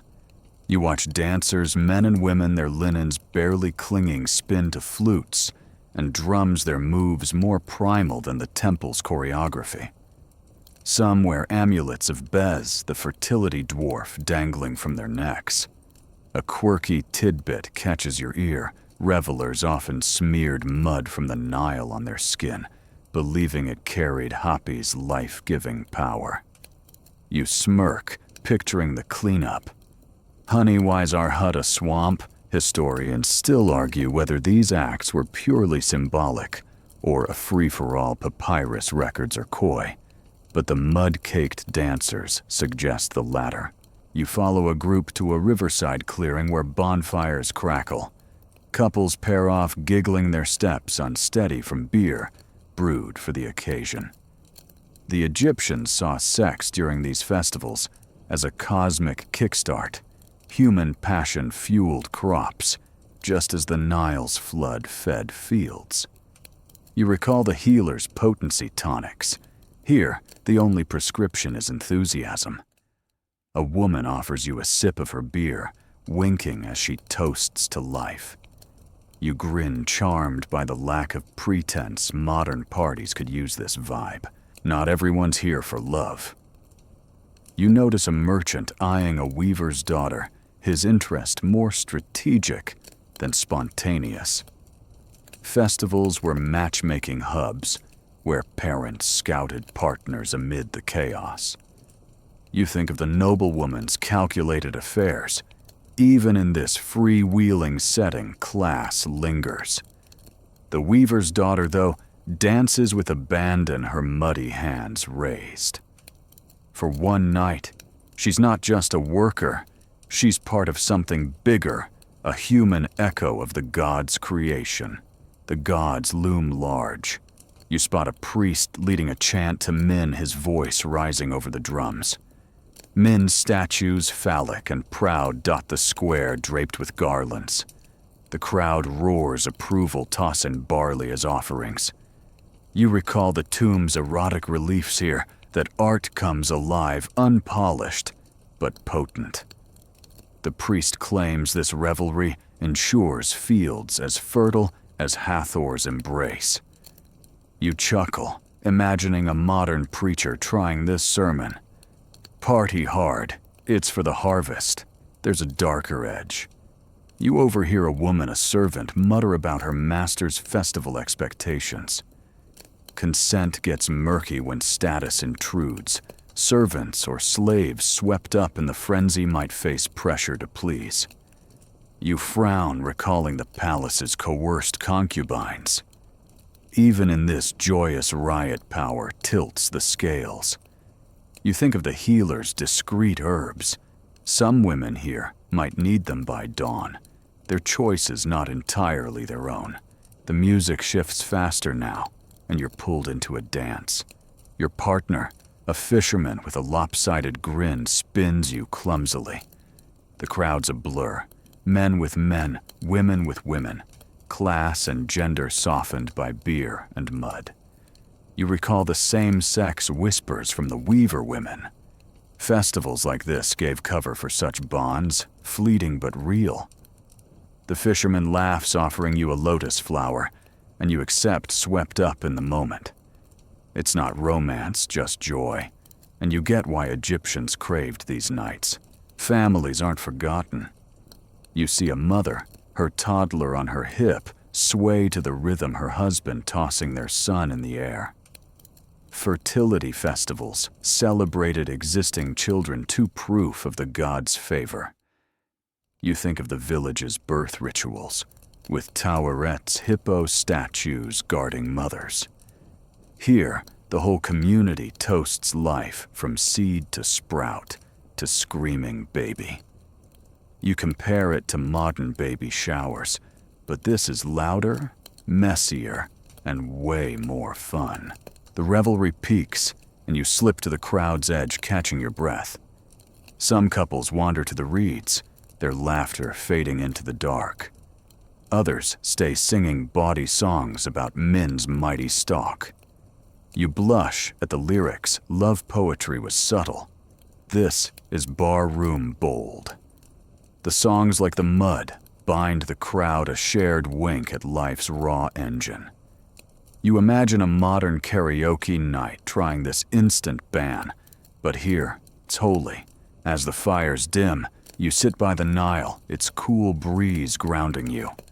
The festival's abandon shows Egypt's heart unafraid of desire, yet tied to purpose. Sex here isn't just pleasure. It's a prayer for grain babies and survival. You'd think of the temple's sacred unions. This is their rowdy cousin, less polished, but no less vital. You laugh softly, picturing a time traveler's guide. Bring beer, dodge the mud, and don't expect an early night. The stars glint, and you reflect on the festival's magic. It's a release valve, letting villagers shed their daily grind, weaver fishermen serve it, and become co-creators with the gods. The darker threads coercion class linger, but the joy feels louder. You're ready now to face a heavier topic, one the festival's cheer can't mask: the taboo of royal incest, where love and lineage twisted into knots. The Nile flows on its secrets, as wild as the night's last drum beats, urging you deeper. You slip away from the festival's fading drumbeats, the Nile's cool breath pulling you toward the gilded walls of a royal palace. The air here is heavy with myrrh and ambition, a stark shift from the muddy revelry. Tonight you're unraveling the taboo of incest and royal bloodlines, where pharaohs married siblings, cousins, and even daughters to keep power pure. This isn't the village's practical love, or the temple's sacred dances. It's a world where sex and lineage twist into a knot as tight as the Ankh. That noblewoman's strategic marriage. It's child's play compared to the dynasty-preserving unions you're about to explore. You stand in a courtyard dwarfed by statues of gods and kings, their stone eyes guarding secrets. In ancient Egypt, royal incest wasn't just tolerated, it was policy. The mainstream fact is clear. Pharaohs wed close kin to preserve divine bloodlines, believed to descend from gods like Osiris and Isis, themselves a sibling couple. You picture Tutankhamun marrying his half-sister Ankhesenamun, their union less about love than about locking the throne against outsiders. It's strategic, but you can't help shivering at the thought. The palace hums with protocol. You follow a vizier past chambers, where royal siblings are raised as future spouses, their roles set from birth. A quirky tidbit surfaces: some pharaohs, like Ramses II, married their daughters to cement their own divinity, blurring mortal and godly lines. You grimace, imagining the family tree, a tangle of loops, not branches. Historians still argue whether these marriages were consummated or symbolic DNA from mummies shows inbreeding's toll, suggesting they were very real. You think of Tut's frail health likely a legacy of such unions. You peek into a royal bedroom, its gold-inlaid bed draped in linen. The queen, a sister wife, prepares for her pharaoh with the same coal and oils as a village bride, but her eyes hold calculation, not nerves. Her role is to bear heirs who embody Horus, the divine king. Love might exist, some inscriptions hint at affection, but duty rules. You recall the village couple's onion-shared laughter. Here, intimacy is a state affair, every act watched by scribes and gods. You wince, feeling the weight of those gilded sheets. The gods' myths justified it all. You pause by a relief of Isis and Osiris, their sibling love-birthing Horus. Royals mimicked this to claim divine legitimacy. Marrying kin made you closer to the gods, or so the priests preached. You think of the festival's men statues celebrating fertility. Here, fertility is a political weapon, not a communal joy. The queen's pregnancies announced with fanfare tie the dynasty to eternity. You smirk, imagining a modern royal PR team spinning this, keeping it in the family divine edition, but the cost was steep. You learn of mummies with genetic defects, cleft palates, clubbed feet linked to inbreeding. The royal obsession with purity bred fragility, ironic for a culture worshipping strength. Commoners free to marry outsiders dodged this curse. You recall the weaver's healthy sons. Her mixed blood was her strength, while the palace's purity was its Achilles heel. You wonder if the queen ever envied that freedom, her womb a pawn in a cosmic game. Not all incest was royal. You hear whispers of noble families copying the pharaohs, marrying cousins to secure estates. Villages, though frowned on it, too risky for small communities, needing diverse genes. You think of the market's matchmaking. Commoners sought fresh blood, not recycled lineage. The palace's logic divinity through closeness was alien to them, and you nod grateful for their pragmatism. Even the love poems with their wild gazelles never hint at sibling love. The public's view is murky. You overhear servants gossip about the royal couple, their tone a mix of awe and unease.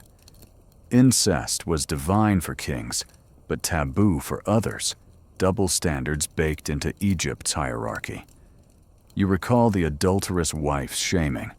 Her sin was social, not sacred, unlike the pharaoh's untouchable unions. The servant's whispers stop when a guard passes, and you sense the topic's danger. Even in a frank culture, some lines weren't crossed lightly. Women bore the burden. You see the queen's sister, another potential wife waiting in the wings. Her life, her body is a dynastic asset. Her desires irrelevant. If she resists, she risks exile or worse. You think of the tavern sex workers with their hard-won independence. Royal women, for all their gold, had less choice. The queen's power as co-ruler comes at a cost. Her bed is Egypt's, not hers. You frown, wishing for a papyrus with her true thoughts. Men weren't free either. You learn of a prince raised to marry his sister, his personal tastes ignored. His role, like hers, is to sire divine heirs, not to chase passion. You recall the scribe's risky affair. A prince has no such outlet, his every move watched. The pressure to perform literally must have been crushing. You chuckle darkly, picturing a royal therapist's notes. Client stressed, divine bloodline, a lot to carry. You sit on a palace balcony, Memphis sprawling below. Royal incest, for all its strangeness, was Egypt's attempt to bottle divinity, to keep power from slipping. It worked. Dynasties lasted centuries, but at a human cost. You think of the erotic arts' joyful couples. The palace's version is colder, more like a contract than a carving. You compare it to modern dynasties, with their own weird marriage rules minus the sibling part. You laugh softly, imagining a time traveler's guide. Skip royal weddings, the guest list is too close. The stars burn bright, and you reflect on this taboo's place in Egypt's story. It's not about love, but legacy, a stark contrast to the village's muddy festivals or poetic sighs. The palace's gilded knots, sibling to sibling, father to daughter, wove a dynasty but unraveled health and choice. You're ready now to face an uglier truth, how slaves caught in this same system lost even the illusion of freedom in their beds. The Nile glints below its secrets, as heavy as the palace's gold, urging you onward. You step out of the palace's golden haze, the weight of royal incest lingering like a bitter aftertaste, and descend into the dustier, grittier edges of an Egyptian city. The Nile's murmur feels distant, now, drowned by the clink of tools and the low hum of labor. Tonight you're confronting the grim realities of slaves and their sexual roles, where desire was stolen and bodies became tools of power. This isn't the festival's joyful chaos or the poet's tender verses. It's the underbelly of Egypt's intimate world, where choice was a luxury few could afford. That servant's unease at the fertility festival. Her story takes center stage here. You pause by a construction site, where slaves, men and women, their skin scarred by sun, and whips haul limestone under a foreman's glare. Slavery in ancient Egypt wasn't always lifelong, but it was brutal, and sex was often part of the exploitation. The mainstream fact is sobering slaves, whether war captives or debt-bound locals, were frequently used for sexual gratification by their masters, their consent irrelevant. You watch a young woman, her eyes downcast, carry water to a noble's tent. Her stiffness betrays what's expected when the torches dim. The system was merciless. You follow her to the noble's estate, its walls painted with scenes of plenty, ironic, given the deprivation within. Slaves owned by elites or temples had no legal rights over their bodies. A quirky tidbit, though grim, emerges: some female slaves were called concubines to soften their role. But the term was a lie. They were property, not partners. Historians still argue whether any gained favor or freedom through these arrangements, but the evidence, scant and silent, leans toward exploitation. You grimace, recalling the palace's sibling brides. Even their gilded cages offered more agency than this. Inside, the noble reclines, his gaze predatory, as the slave pours beer. She's from Nubia, likely captured and arrayed, her foreignness adding to her vulnerability. Masters saw slaves as status symbols, their sexual use a flex of power, like owning a fine chariot. You think of the tavern's sex workers, who at least bargained for barley. This woman has no such leverage. Her silence screams louder than any love poem, and you wish you could slip her one of the healer's discreet herbs. Men faced similar fates. You hear of male slaves, often young, chosen for their looks to serve in elite households. A scribe whispers of a vizier's favorite, a boy tasked with more than fetching scrolls. The arrangement, cloaked in patronage, was no less coercive. You recall the same-sex potters' quiet bond. Their choice, however constrained, was theirs. This boy has none. The vizier's wife, complicit or indifferent, looks away. You frown, the palace's divine unions, now a distant, polished contrast to this raw abuse. Temples, those supposed sanctuaries, weren't safe havens. You learn of slaves dedicated to gods like Amun, their labor, including sexual service for priests or devotees. These acts framed as sacred echoed the festival's rites, but lacked their joy. You recall the priestess's lotus oils. Here, the ritual is a transaction, the slave's body, a temple offering. The gods, if they watched, stayed silent. You think of the erotic reliefs their passion mocked. By this reality, art lied, but stone can't weep. The community turned a blind eye. You wander back to the city where free citizens barter fish and linen, ignoring the slave's plight. Sexual exploitation was normalized as routine as harvesting barley. Only extreme cruelty, say a master injuring a slave beyond use, drew mild rebuke, and even then, punishment was light. You compare it to the village wife's adultery scandal. Her shame was public, but a slave's violation was private and visible. You clench your fists, wishing for a papyrus that named these wrongs. Some slaves resisted subtly. You hear of women using the healer's contraceptive pessaries smuggled through kitchen gossip to avoid bearing their master's child. Others feigned illness or worked slowly small rebellions against a system that owned their nights. Male slaves, too, might sabotage tasks, their defiance a flicker of control. You admire their courage, however fleeting each act, a whisper of humanity against dehumanization. You think of the weaver's rights to divorce. Slaves could only dream of such power. Children born of these violations faced bleak futures. You see a boy, his features a mix of Nubian and Egyptian, sweeping a noble's courtyard. He's a slave like his mother, his father's blood granting no status. Some masters freed such children, but most didn't. Why lose labor?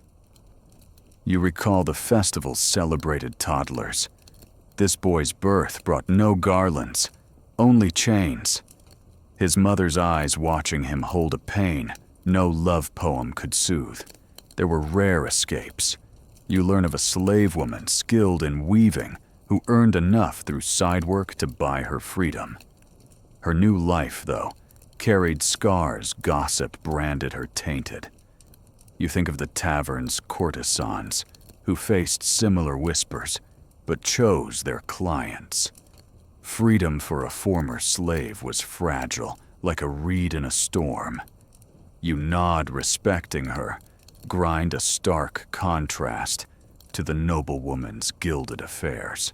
You sit by the Nile, its dark waters mirroring your heavy thoughts. Slavery's sexual toll reveals Egypt's cruelest edge, a society that sang of love, yet silenced its most vulnerable. You think of the fertility festival's muddy joy. Slaves were there, serving beer, their bodies not their own. The contrast stings like coal in an open wound.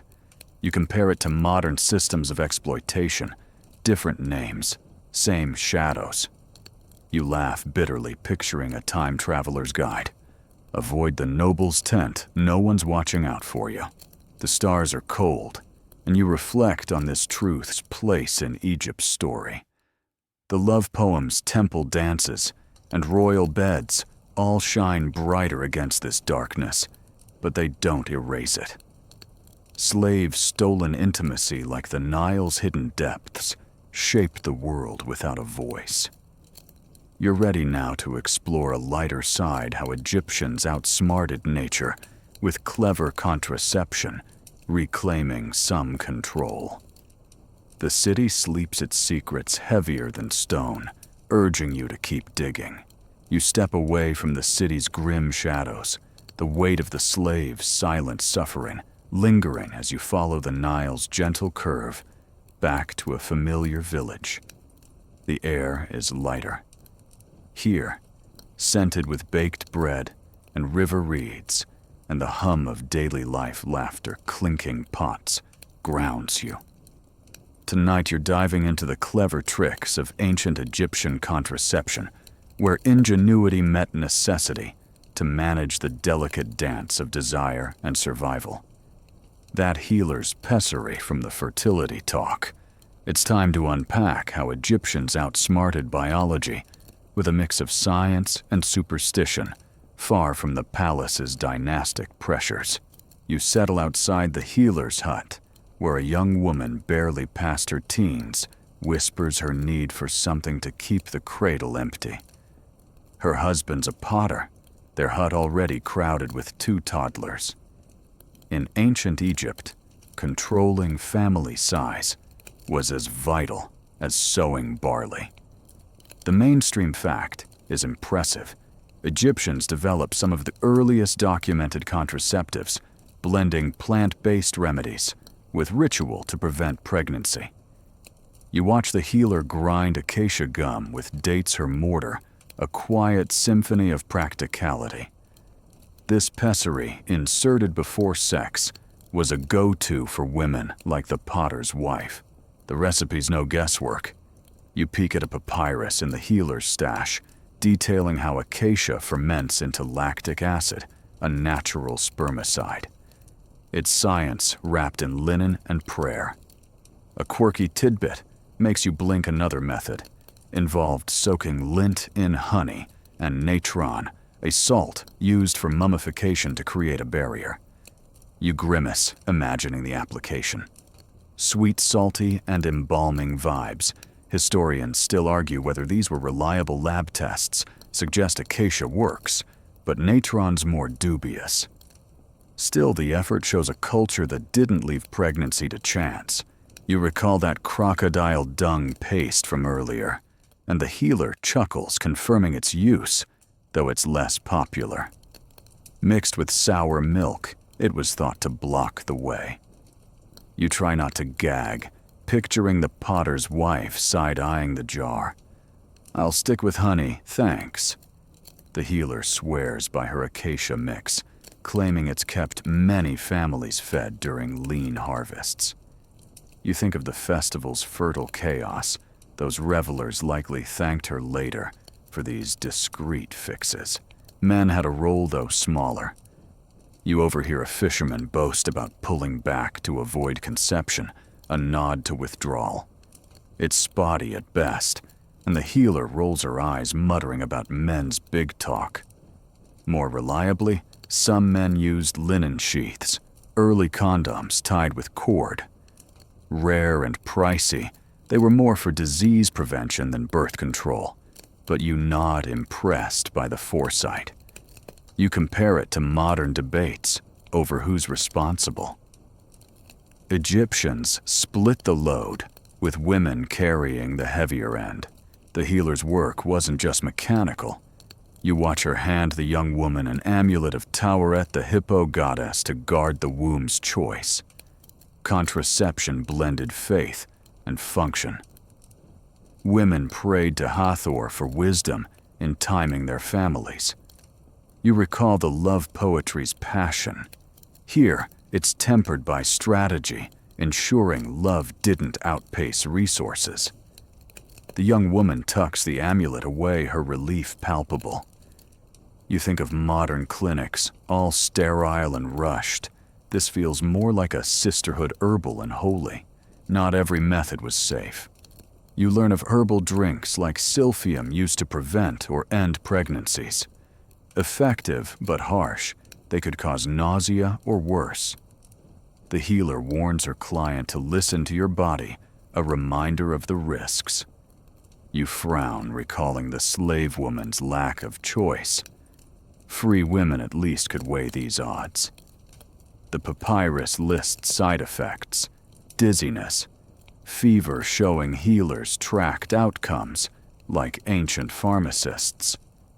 You admire their rigor, even if the stakes were high. Community played a part. You see women at the river washing linens and swapping tips. One mentions using the pessary only during floods when food is scarce. Another swears by moon phases, avoiding sex at peak fertility. It's not foolproof, but it's collective wisdom passed down like bread recipes. You think of the tavern's gossip. Here it's practical, not judgmental. The women's chatter feels like a modern group chat. Same vibe, no Wi-Fi. Class-shaped access. You recall the noblewoman's lavish oils. She could afford imported silphium, while villagers stuck to local acacia. Poorer women, like the slave you saw, might barter for scraps of the healer's mix, their options limited. The healer, though, doesn't turn them away. She trades for labor, or herbs, a quiet act of defiance against hierarchy. You nod, respecting her hustle, a bridge between the palace's excess and the village's grit. The gods loomed over it all. You spot a shrine to Bess nearby where women leave offerings before using contraceptives. The act wasn't taboo, but it needed divine approval. Too many children pleased the gods, but so did a balanced household. You chuckle, imagining Bess as a family planner. Go forth and multiply, but maybe not this year. You think of the fertility festival's wild abandon. Contraception was its sober counterpart, keeping the party's aftermath in check. You sit by the Nile, the water's ripple soothing. Egypt's contraceptive tricks reveal a culture that embraced sex, but planned its consequences. You think of the erotic reliefs, joyful couples behind their passion. Was this quiet control ensuring survival? You compare it to modern birth control, all pills and patches. Egyptians did it with gum and guts. You laugh softly, picturing a time traveler's guide. Pack acacia, skip the crock dung, and thank the healer. The stars emerge, and you reflect on this ingenuity's place in Egypt's story. Contraception wasn't just about bodies. It was about choice, community, and balance, a far cry from the slave's stolen autonomy. The healer's hut, like the village itself, is a hub of resilience, where women carved agency from herbs and hope. You're ready now to explore how women wielded power in their bedrooms, bending rules in ways even pharaohs couldn't. The Nile flows on its secrets, as clever as the healer's jars, urging you deeper. You linger by the Nile's edge, the healer's hut fading into the village's evening hum as you catch the flicker of lamplight from a mud brick home. The air carries the scent of warm bread and river reeds, grounding you in the lives of ordinary Egyptians. Tonight, you're exploring how women wielded agency in their bedrooms, bending rules and carving out power in a world shaped by duty. That potter's wife, carefully choosing her contraceptive pessary. She's part of a quiet rebellion, where women turn desire into leverage, even under society's watchful eye. You step into a modest house where a woman weaves flax, by lamplight, her husband snoring nearby. In ancient Egypt, women weren't just passive partners. Their sexual agency, though constrained, was real. The mainstream fact is striking. Women could initiate divorce, own property, and control their dowries, giving them leverage in private matters like sex. You watch her slip a vial of lotus oil under her mat, a secret weapon for tonight's seduction. Her husband's a fisherman, often gone. She decides when and how their bed is shared. Her agency isn't just about pleasure. You learn she negotiated her marriage contract, securing rights to leave if he strays a clause you saw in the village's deals. This power lets her say no, a rarity in many ancient cultures. A quirky tidbit emerges. Some women used love strikes, refusing sex to nudge husbands into better behavior, like sharing grain or chores. You grin, imagining her crossing her arms. No fish, no kiss. Historians still argue whether this was common or just bold. Wives' folklore papyrus records are too polite to confirm. You wander to the market where women barter with confidence. One, a brewer, trades beer for myrrh, her eyes sharp. She's widowed, free to take lovers without a man's approval. Widows and divorcees often held more sexual freedom than wives choosing partners for love or gain. You think of the noblewoman's gilded affairs. This brewer's flings are humbler, but hers to choose. She winks at a merchant, her coal as bold as her laugh, and you admire her swagger. Modern dating apps could learn from her. The bedroom was a negotiation space. You overhear a wife tease her husband about his lazy rowing, a playful jab to spice up their night. Women used humor, seduction, or even silence to steer intimacy, balancing desire with household needs. You recall the love poetry's honey thighs. Those verses weren't just for men. Women recited them too, claiming passion on their terms. The brewer might whisper one to her merchant, her voice a quiet power in the dark. Not all agency was equal. You think of the slave woman, her body owned by a noble. Her no meant nothing. Free women, though, had options. You see a mother teaching her daughter to mix coal, not just for beauty, but for influence. Make him chase you, she says, passing down the art of allure. You recall the festival's dancers, their anklets, a call to power. Village women with less fanfare wielded similar charms, like the healer's lotus oil or a well-timed smile. Temples offered another stage. You visit a shrine to Hathor, where a woman prays for courage to leave her husband. Priestesses, often high-status, counseled women on love and sex, their advice blending divine wisdom with practical tips. Some women, inspired by Hathor's boldness, used sacred festivals to flirt or negotiate new matches. You recall the fertility festival's chaos. Women there could slip into alcoves, their choices masked by divine revelry. You smirk, picturing a priestess as a cosmic matchmaker. Hathor says, go for it. Oh, legal rights backed this power. You learn of a woman who divorced her husband for neglect, keeping her dowry, and remarrying a scribe. Courts upheld her claim, a nod to women's autonomy.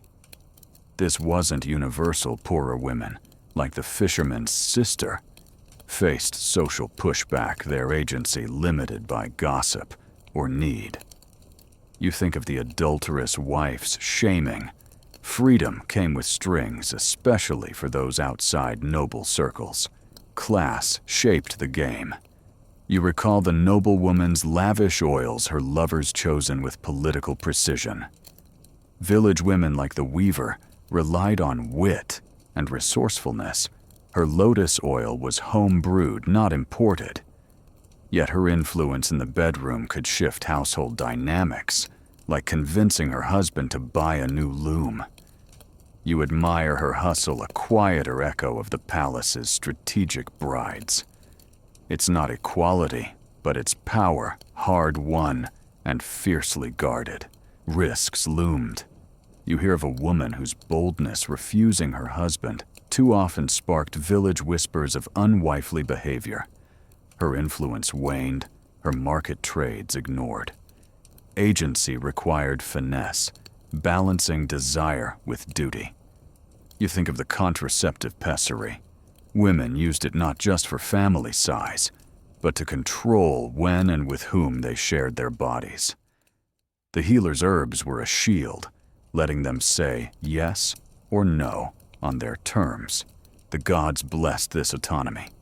You see a woman leave an offering for Isis, whose myths of cunning and love inspired defiance. Isis seduced and outsmarted gods. Women followed her lead, bending rules within marriage or beyond. You recall the same-sex weaver women. Their bond, though hidden, was another act of agency carved in private moments. You nod, impressed by a culture that gave women tools, legal, divine, sensual, to navigate a man's world. You sit by the Nile, its ripples catching starlight. Women's bedroom agency, like the river, flowed through cracks in Egypt's rigid order.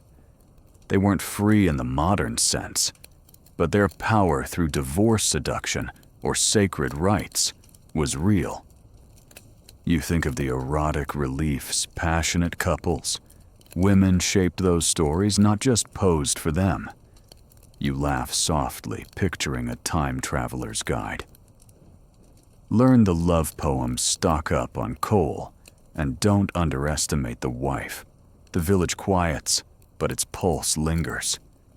These women, from weavers to widows, wove control into their lives, their bedrooms a quiet battleground. You're ready now to explore the flip side, how men face their own pressures, their masculinity shaped by Egypt's unforgiving expectations. The Nile flows on its secrets as sharp as a woman's knowing glance, urging you deeper into this world. You drift from the village's quiet glow, where the weaver woman's confident wink still lingers, and step into the bustling heart of a Nile-side market. The air hums with haggling and the scent of fish and dust, but your focus is on the men navigating this world.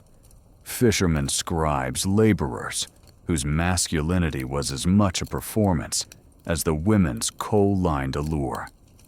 Tonight you're unveiling the pressures on Egyptian men, where bedroom expectations shaped their identity as sharply as a chisel on stone. That fisherman joking with his wife over onions, his swagger hides a weight you're about to unpack. You pause by a stall where a potter barters jars, his shoulders broad from labor. In ancient Egypt, masculinity wasn't just about strength. It was about providing, protecting, and performing, especially in bed. The mainstream fact is clear. Men were expected to sire children, uphold family honor, and prove virility, tying their worth to sexual and social duties. You watch the potter boast about his sons, his pride loud but brittle. A man without heirs risked scorn, his legacy as barren as a dry season. The pressure starts early. You overhear a father scold his teenage son, a baker's apprentice, for idling instead of learning his trade. A man's role was to secure a wife, and that meant skills baking, fishing, or scribing to offer in marriage contracts. You recall the weaver's dowry negotiations. Men had to match or exceed those stakes. A quirky tidbit surfaces: some men wore phallic amulets, like mini-men statues, to boost potency and signal manhood. You smirk, imagining the baker's boy tucking one under his kilt. Confidence charm, don't fail me now. Historians still argue whether these were superstitious or just macho flair, probably both. You follow the potter to his hut, where his wife prepares dinner. In the bedroom, he's expected to lead, to plant the seed for sons who will inherit his wheel. Medical texts like those you read offered potency brews, carob beer, sycamore sap for men fearing failure. You picture him grimacing through the healer's onion rub, desperate to avoid whispers of weakness. The village's gossip mill, quick to shame an adulterous wife, was just as harsh on men who couldn't perform. You wince, feeling the pressure. Modern dating nerves have nothing on this. Class-shaped expectations. You think of the nobleman's gilded affairs, his virility a public flex like Ramses II's 100 children. Commoners like the potter had no such army of heirs, just a few kids to prove their worth. You spot a laborer, his back bent from hauling stone, too tired for his wife's lotus oil. His masculinity hinges on endurance, not just in fields, but in bed. You recall the noblewoman's lovers. A laborer's fling, if caught, risks exile, not indulgence. Status bought leniency, but not freedom from scrutiny. The god set the bar high. You pass a shrine to Min, his phallic statue, lumen as a reminder, fertility is divine. Men prayed here for vigor, leaving offerings of barley or beer. You recall the fertility festival's wild chants. Men led the charge, their masculinity celebrated in Min's shadow. but failure invited divine judgment. A childless man might be seen as cursed, his prayers unanswered. You think of the healer's lovesickness cures. Men's anxieties filled those scrolls too, their hearts as scorched as any poet's. Sexual prowess wasn't just private. You overhear a fisherman brag at the tavern about his Nile-worthy stamina, his friends laughing but sizing him up. Men competed through boasts, much like the festival's bawdy songs.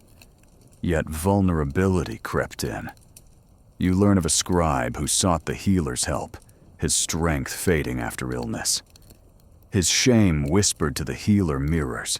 The lovesick woman's plea desires weight, crossed genders. You grin, imagining a modern bro talk.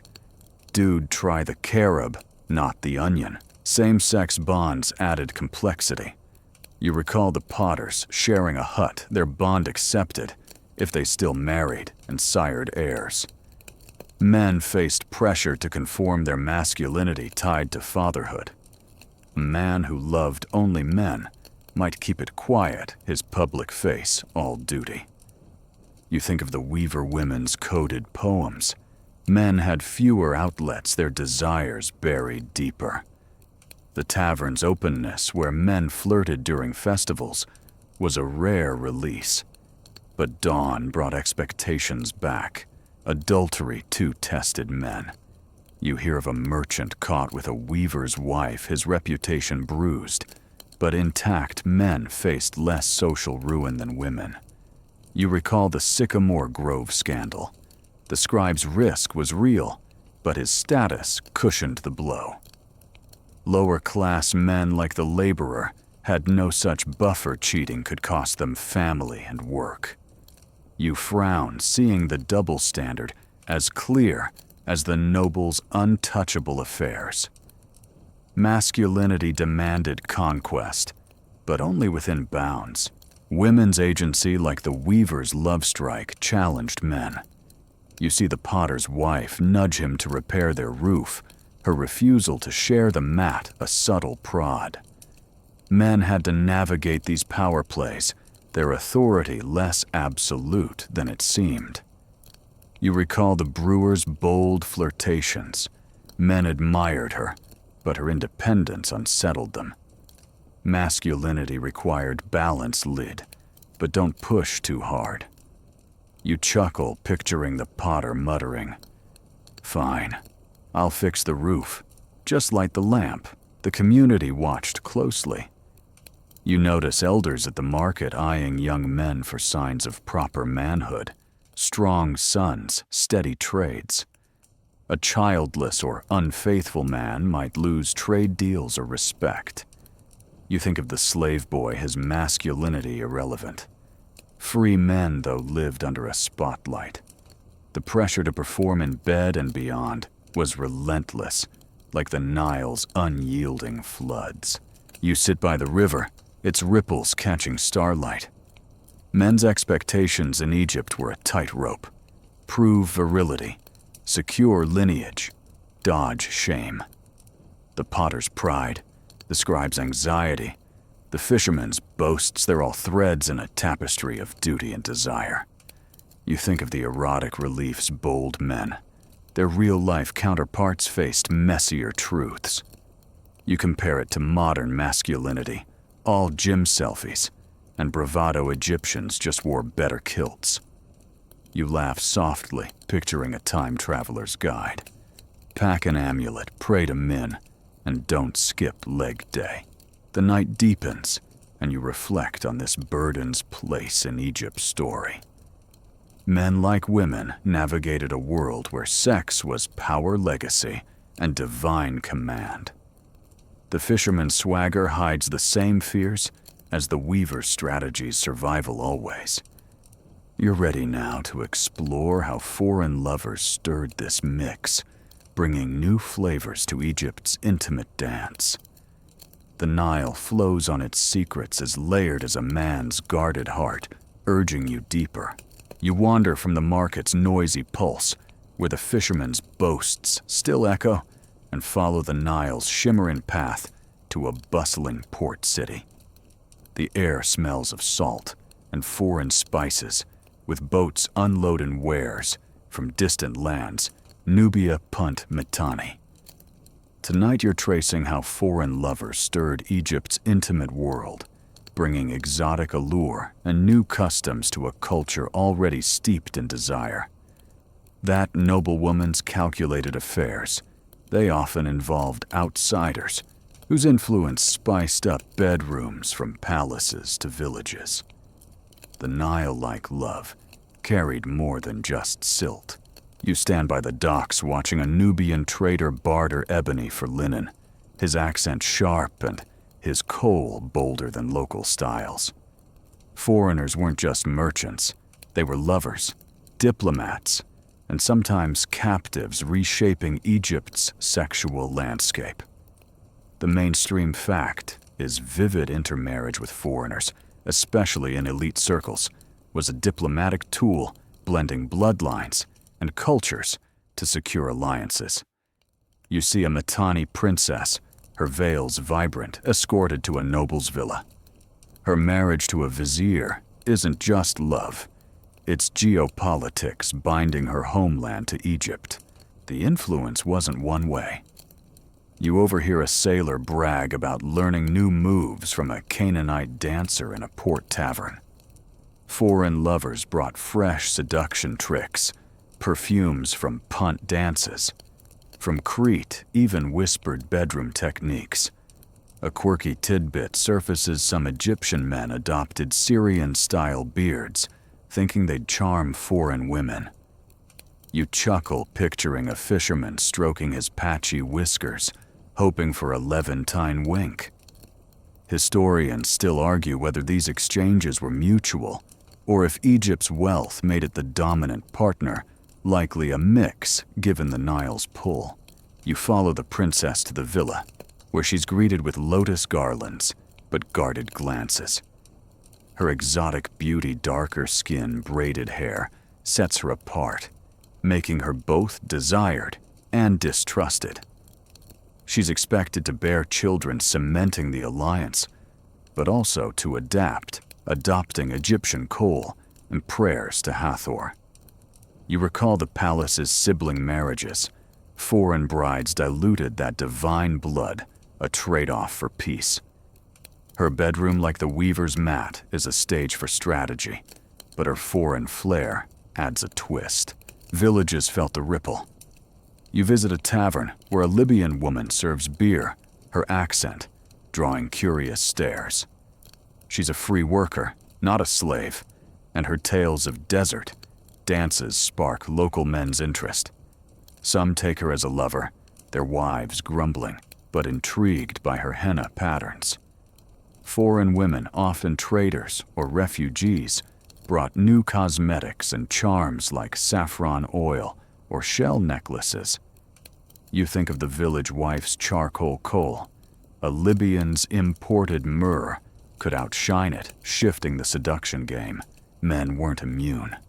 You spot a Cretan sailor, his tattoos, bold, flirting with a weaver's daughter. His stories of sea gods and island feasts captivate her, and she slips him a lotus flower. Foreign men, from mercenaries to envoys, were exotic prizes. Their differences, clothing accents, even postures adding allure. You recall the love poetry's gazelle leaps. A Cretan's swagger might inspire new verses. You grin, imagining a modern pickup line. Sailor's tan, island vibes, swipe right. Not all influence was romantic. You learn of foreign slaves like the Nubian woman in the noble's tent, whose sexual exploitation left no room for choice. Their custom songs, dances, sometimes crept into Egyptian life, but at a cost. You frown, recalling the slave boy's silent suffering. Foreignness amplified vulnerability, making them targets for desire or dominance. The princess at least had status. Slaves had only their resilience. Temples absorbed foreign flavors. You visit a shrine to Hathor, where a priestess burns puntite incense, its scent sharper than local myrrh. Foreign devotees, especially from Nubia, joined festivals. Their dances wilder, their offerings unique ostrich feathers, not barley. These rites blended styles with Egyptian lyres meeting Levantine drums. You recall the fertility festival's chaos. Foreign lovers added new rhythms, making the night even wilder. You picture a priest muttering, "Keep up, Hathor. We've got imports." Marriages with foreigners weren't always elite.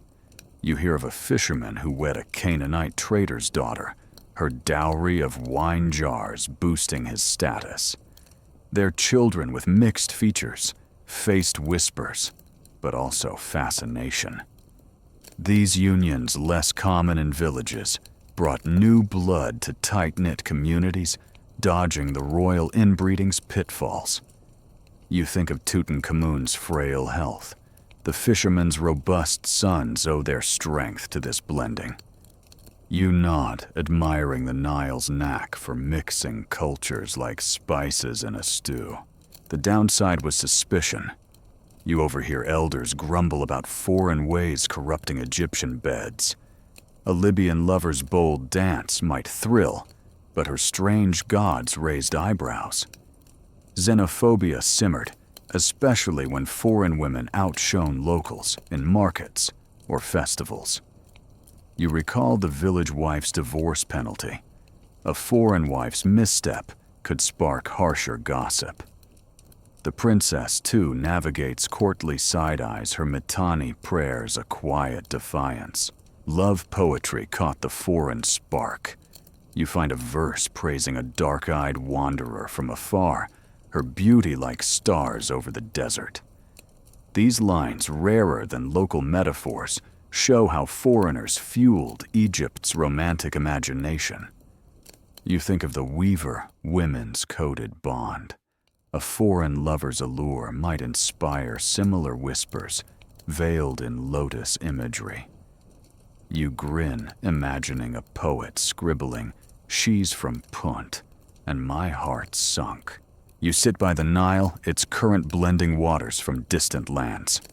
Foreign lovers, like the river, enriched Egypt's intimate world, adding scents, dances, and daring.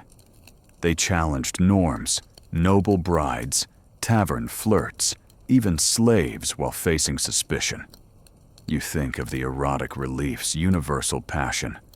Foreigners made those scenes spicier, their influence etched in every sway.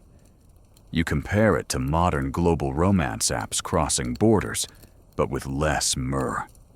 You laugh softly, picturing a time traveler's guide. Try the puntite perfume, but dodge the elder's glares.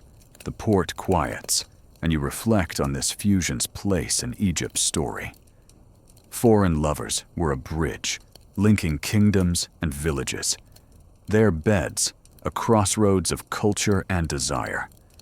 The fisherman's mixed-blood sons, the princess's diplomatic sighs. They're proof of love's power to stir the pot. You're ready now to dive into the gods' kinkier myths, where divine passion pushed boundaries even mortals couldn't. The Nile flows on its secrets, as bold as a Cretan's tattoo, urging you deeper. You leave the port's spicy air behind the Cretan sailors' tattoos, fading as you wander toward a temple, bathed in moonlight, its walls etched with tales of gods and their wild passions. The Nile's steady hum feels like a pulse, drawing you into the kinky side of Egyptian mythology, where divine escapades pushed boundaries far beyond mortal bedrooms. These stories told in hushed tones or bawdy festival songs shaped how Egyptians saw desire, untamed, chaotic, and sacred. That love poem's burning gazelle. It's tame compared to the gods' raunchy antics you're about to uncover. You pause by a shrine to Hathor, her golden face smiling slyly as a priest recounts myths to a rapt crowd. Egyptian gods weren't prudish. Their stories dripped with lust power and mischief, setting the tone for human passion. The mainstream fact is vivid mythology often used sex to explain creation chaos and divine order, with gods like Osiris, Isis, and Set starring in tales that would make a village gossip blush. You listen as the priest describes Isis resurrecting Osiris with a golden substitute, ensuring his fertility post-mortem.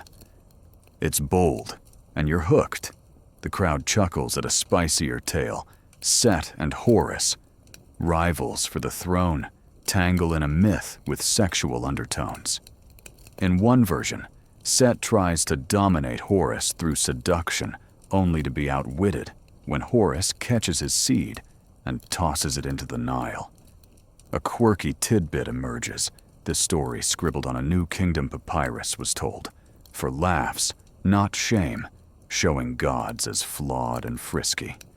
Historians still argue whether it was pure allegory or a nod to same-sex desire, likely both given Egypt's fluid take on love.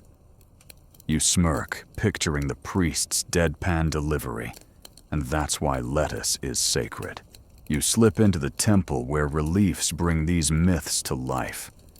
One shows Hathor dancing nude for Ra, her curves sparking his joy and saving the world. It's less divine and more diva, and you see why festivals mimicked her moves. These stories weren't just bedtime tales. They were blueprints, encouraging mortals to embrace desire as cosmic fuel. You recall the fertility festival's muddy dancers. They channeled Hathor's brazen spirit, minus the golden glow. Not all myths were playful. You find a darker tale of Geb the earth god and his mother Tefnut, their union sparking storms. The incestuous vibe echoing royal sibling marriages justified power, but hinted at chaos. You think of Tutankhamun's frail frame. Divine incest, like mortal, carried costs, even in myth. The gods' kinkier acts, shape-shifting seduction betrayal, mirrored human struggles, from the adulterous scribe's risks to the slave's stolen autonomy. You frown, seeing the gods as both liberators and tyrants of desire. The crowd moves to a fire-lit courtyard, where a singer spins a tale of Bastet, the cat goddess, luring lovers with her purr. Her festivals, you recall, were pleasure hubs, and her myths encouraged abandon cat-like. She toyed with desire, leaving mortals to clean up the mess. You grin, imagining Bastet as a cosmic flirt, her tail flicking at rules. Her stories gave women like the weaver's bold wife license to wield seduction, their bedroom agency blessed by a goddess who didn't blush. Men too found inspiration. You overhear a potter boast about channeling Min, the fertility god, whose myths celebrated relentless virility. Min's tales, with their phallic bravado, set a high bar for men like the fisherman, whose masculinity hinged on performance. You recall his amulet. Min's myths made it more than jewelry. It was a prayer for potency. You chuckle, picturing a modern gym bro praying to Min, give me gains. And game. The myths weren't all empowering. You learn of Sekhmet, the lioness goddess whose lust for destruction was tamed by beer, dyed red to mimic blood. Her story, while not overtly sexual, tied passion to chaos, a warning to mortals. You think of the tavern's coerced slaves. Unchecked desire, even divine, could harm. The myths balanced freedom with caution, urging lovers to revel, but not ruin. You nod, seeing parallels in modern hookups wild, but watch the fallout. These stories shaped daily life. You see a woman tuck a Bez amulet under her mat, inspired by his naughty tales of protecting lovers. Myths gave cover for bold acts, adultery, same-sex flings, festival trysts, framing them as divine echoes. You recall the Weaver women's coded bond. A myth of Hathor's sisterly love might have emboldened them. The line between sacred and scandalous was blurry, and Egyptians loved it that way. The priest's tale turns to creation myths, where sex birthed the world. Adam, the first god, created himself through a solo act spawning Shu and Tefnut. It's a polite way of saying the cosmos started with a spark of self-love. You blush, then laugh. Egyptians told this to kids, no shame. You compare it to modern sex, add all awkward diagrams. Egypt's gods made it epic, a cosmic bang before the term existed. You sit by the temple steps, the Nile's murmur blending with the priest's voice. These kinky myths weren't just stories. They were Egypt's pulse, tying sex to creation power and survival. You think of the erotic reliefs, bold couples.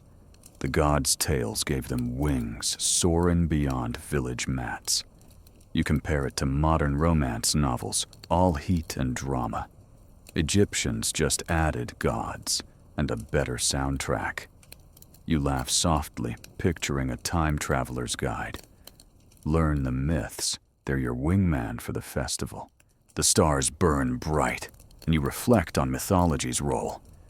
It gave Egyptians permission to desire fiercely, whether in palace beds or muddy fields, while warning of excess. The gods' escapades, Hathor's dance sets, schemes, mirrored human passions, from the potter's boasts to the princess's diplomacy. You're ready now to explore how these desires followed Egyptians into the afterlife, etched into their tombs.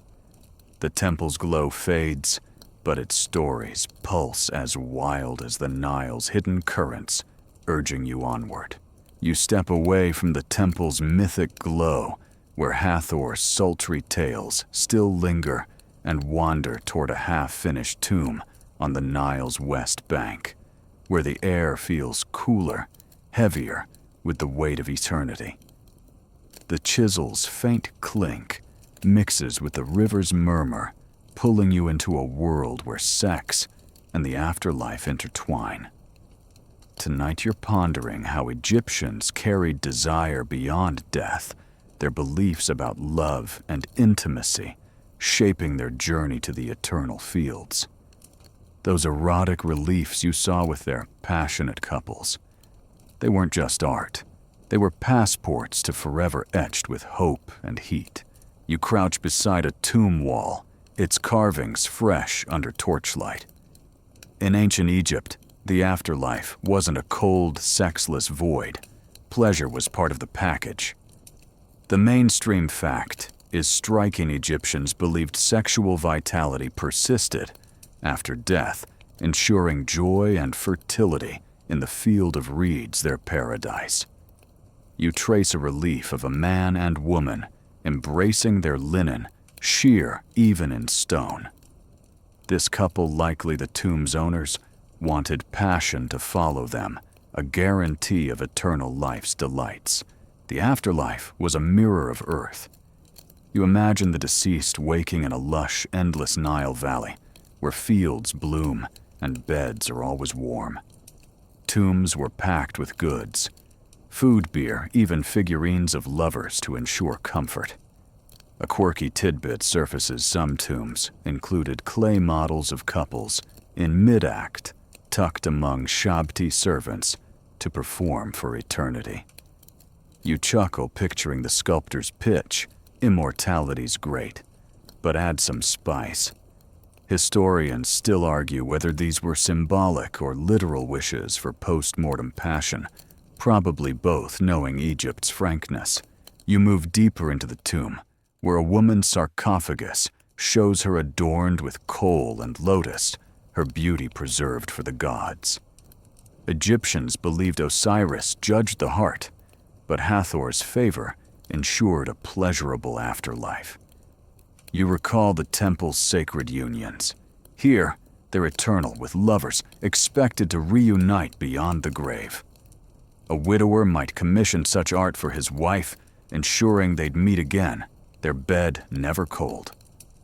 You think of modern memorials, all somber plaques. Egyptians preferred a sexier send-off. The myths fueled this belief.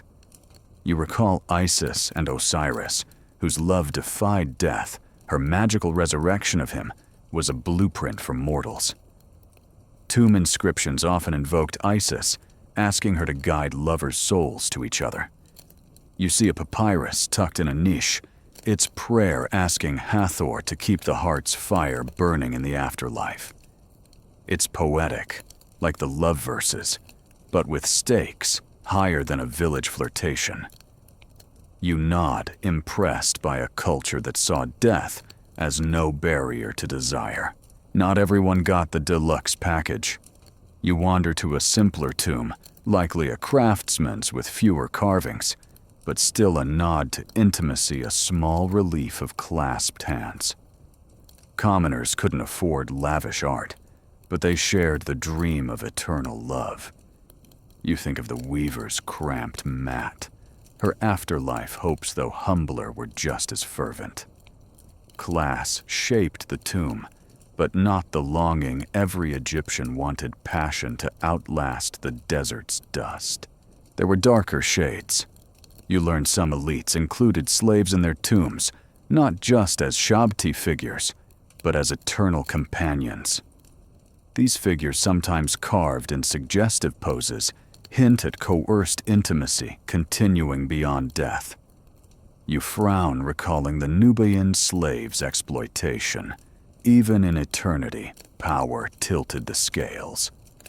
The afterlife's promise of joy wasn't equal slaves served even in paradise. You wish for a tomb that gave them rest, not more labor. Fertility mattered too. You find a wall showing a couple with children, their afterlife, complete with heirs. Egyptians believed procreation continued, ensuring cosmic order. You recall the fertility festival's muddy revels. Tombs eternalized that energy with phallic symbols or Bez figurines guarding against barrenness. You grin, imagining Bess as an afterlife wingman. No bad vibes in paradise. The art wasn't just sexy. It was a spell for abundance, tying sex to survival even in death. Women's roles stood out. You notice a tomb painting of a woman offering lotus to her husband, her gaze bold. She's not just a wife, but a partner in eternity, her agency like the weaver's bedroom tactics carried forward. Some women commissioned their own tombs, ensuring their desires were etched in stone. You think of the brewer's widow, free to love. Her afterlife would be her own coal and all. You admire her, a quiet rebel against death's silence. Men too faced expectations. You see a noble's tomb, his virility carved in scenes of feasts and embraces. Like the fisherman's boasts, his masculinity had to shine even in death. A childless man's tomb might lack these images, his legacy dimmed. You recall the healer's potency bruise. Men prayed those worked in the afterlife too, their amulets tucked into mummy wrappings. You chuckle, picturing a modern epitaph, loved well hoped for, better Wi-Fi. The community shaped these visions. You overhear priests discussing a tomb's design, ensuring it honors the dead's desires. Families pooled resources for burials, hoping to secure joy for their loved ones. You think of the village's shared contraceptive wisdom. Here, it's shared faith, crafting an afterlife of love and plenty. The contrast with modern funerals, stiff and somber, makes you appreciate Egypt's vibrant farewell. You sit by the tomb's entrance, the Nile's whisper soft below. The afterlife's promise of sex and joy reveals Egypt's heart, unafraid to carry desire beyond the grave. You think of the love poetry's burning metaphors. They echo here in stone, promising eternity's embrace. You compare it to modern bucket lists, all fleeting thrills Egyptians bet on forever. You laugh softly, picturing a time traveler's guide. Pack a lotus, your afterlife date's waiting. The stars gleam, and you reflect on this vision's place in Egypt's story. Tombs weren't just for death, they were for life. Love and lust, carved with care. The weaver's hopes, the noble's boasts, even the slave's silent pain, they all sought eternity's warmth. You're ready now to unearth the naughty artifacts archaeologists found physical traces of Egypt's intimate past. The Nile flows on its secrets, as enduring as the tomb's lovers urging you deeper. You step away from the tomb's silent carvings, their eternal lovers fading as you follow the Nile's glint to a dusty excavation site where archaeologists' picks clink like echoes of ancient chisels. The air smells of dry earth and anticipation, and the river's hum feels like a guide to hidden truths. Tonight you're unearthing the naughty artifacts that reveal ancient Egypt's private lives, objects that blushingly confirm the passions etched in stone and whispered in poems.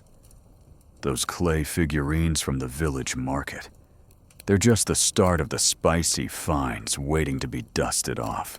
You crouch beside a dig where a worker brushes dirt from a small clay statue of a couple locked in an unmistakable embrace. These artifacts found in tombs, homes, and even temples are Egypt's candid snapshots of desire. The mainstream fact is clear archaeological finds.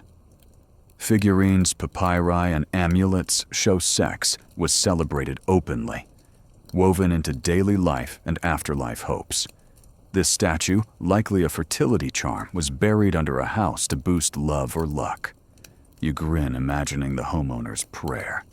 Here's to a full cradle and a warm mat. The finds get racier. You examine a shard from the Turin erotic papyrus, uncovered in a Deir el-Medina workers' village. Its scene's exaggerated bodies in acrobatic positions are less sacred than cheeky, like an ancient comic strip. A quirky tidbit emerges.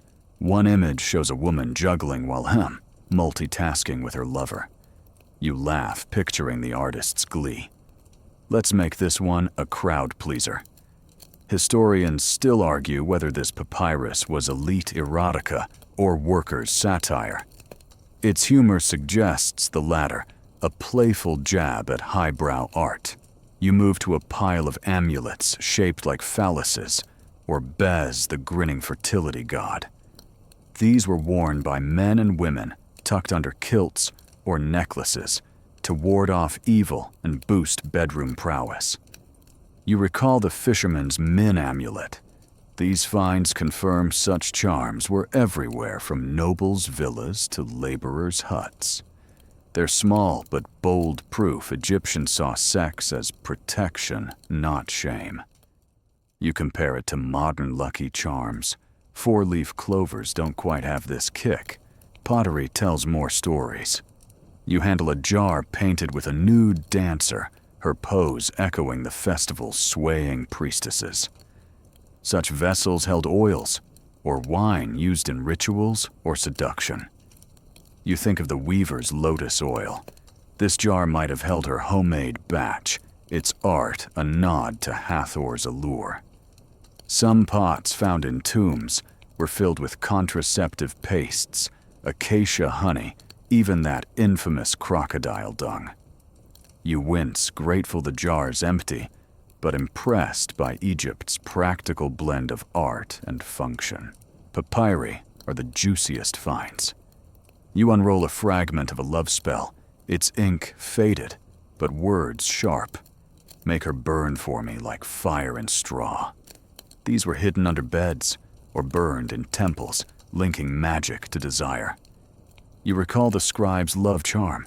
Archaeologists found dozens, like it's some naming real people. The spells weren't just for romance. Some aimed to disrupt, like cursing a rival's potency. You smirk, imagining a jilted lover's spell. Good luck with that, buddy. Enjoy the cold mat. Not all finds are playful.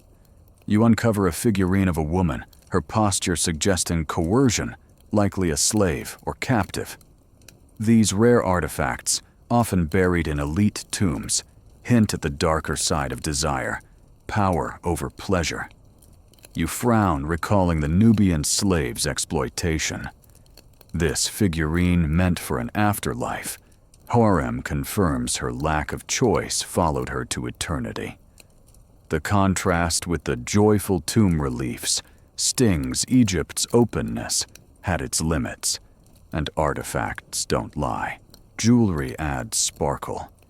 You find a necklace with lotus-shaped beads, inscribed with Hathor's name, worn to invoke love's luck. Such pieces found in women's graves show how seduction crossed into the afterlife. You think of the brewer's widow, her coal bold. She might have worn this, her agency eternal. Men's finds like phallic rings tied masculinity to virility, echoing the potter's boasts. You nod, seeing how artifacts bridged mortal and divine desires, from village mats to paradise. Textiles, though rare, speak volumes. You touch a fragment of linen dyed red and embroidered with entwined figures. It's a bed, covering likely from a noble's home, its design as suggestive as the Turin papyrus. Commoners used plainer linens, but even their scraps found in workers' villages show wear from intimate nights. You recall the weaver's cramped hut. Her loom might have spun this, her labor tangling with love's traces. You grin, picturing a modern archaeologist blushing over these finds. The digs reveal gender's nuance. You find a woman's comb carved with lovers, suggesting she controlled her allure, like the weaver's love strike. Men's artifacts, phallic amulets, potency jars, show their pressure to perform, like the fisherman's min prayers. Same-sex hints are subtler paired male figurines found in a scribe's home, echo the potter's bond. You think of their coded poems. These artifacts whisper the same secrets buried, but not erased. The community's hand is clear. You learn families buried these items, hoping to carry love into eternity. Village digs yield simpler charms, clay not gold, but the intent's the same. You recall the tomb's Shabti lovers? Even laborers could afford a small figurine, their dreams as big as a noble's. The contrast with modern heirlooms, watches not phalluses, makes you chuckle. Egypt's artifacts were unapologetic, their purpose as clear as the Nile's flow. You sit by the dig, the Nile's glint soft under starlight. These naughty finds, figurines, papyri linens, are Egypt's heartbeat, proof of a culture that embraced sex in life and death. You think of the erotic relief's passion. These artifacts are their tangible echo dug from the earth. You compare it to modern archaeology, all bones, and no spice. Egyptians left a saucier legacy. You laugh softly, picturing a time traveler's guide. Dig carefully, those pots are NSFW. The night deepens, and you reflect on these artifacts' place in Egypt's story. They tie the weaver's oil, the festival's dances, and the gods' myths into a single thread. Desire bold and human. From the slave's grim figurine to the noble's lotus beads, they show a spectrum of love and power. You're ready now to wrap this journey, reflecting on how Egypt's passion echoes today. The Nile flows on its secrets, as vivid as a freshly unearthed charm, urging you toward the end. You step back from the excavation's dusty treasures, the clay lovers and spicy papyri, fading as you sit by the Nile's gentle ripples, its waters catching the starlight like a mirror of ancient dreams. Tonight you're weaving together the legacy of Egyptian passion, reflecting on how their unapologetic embrace of desire echoes in our modern world.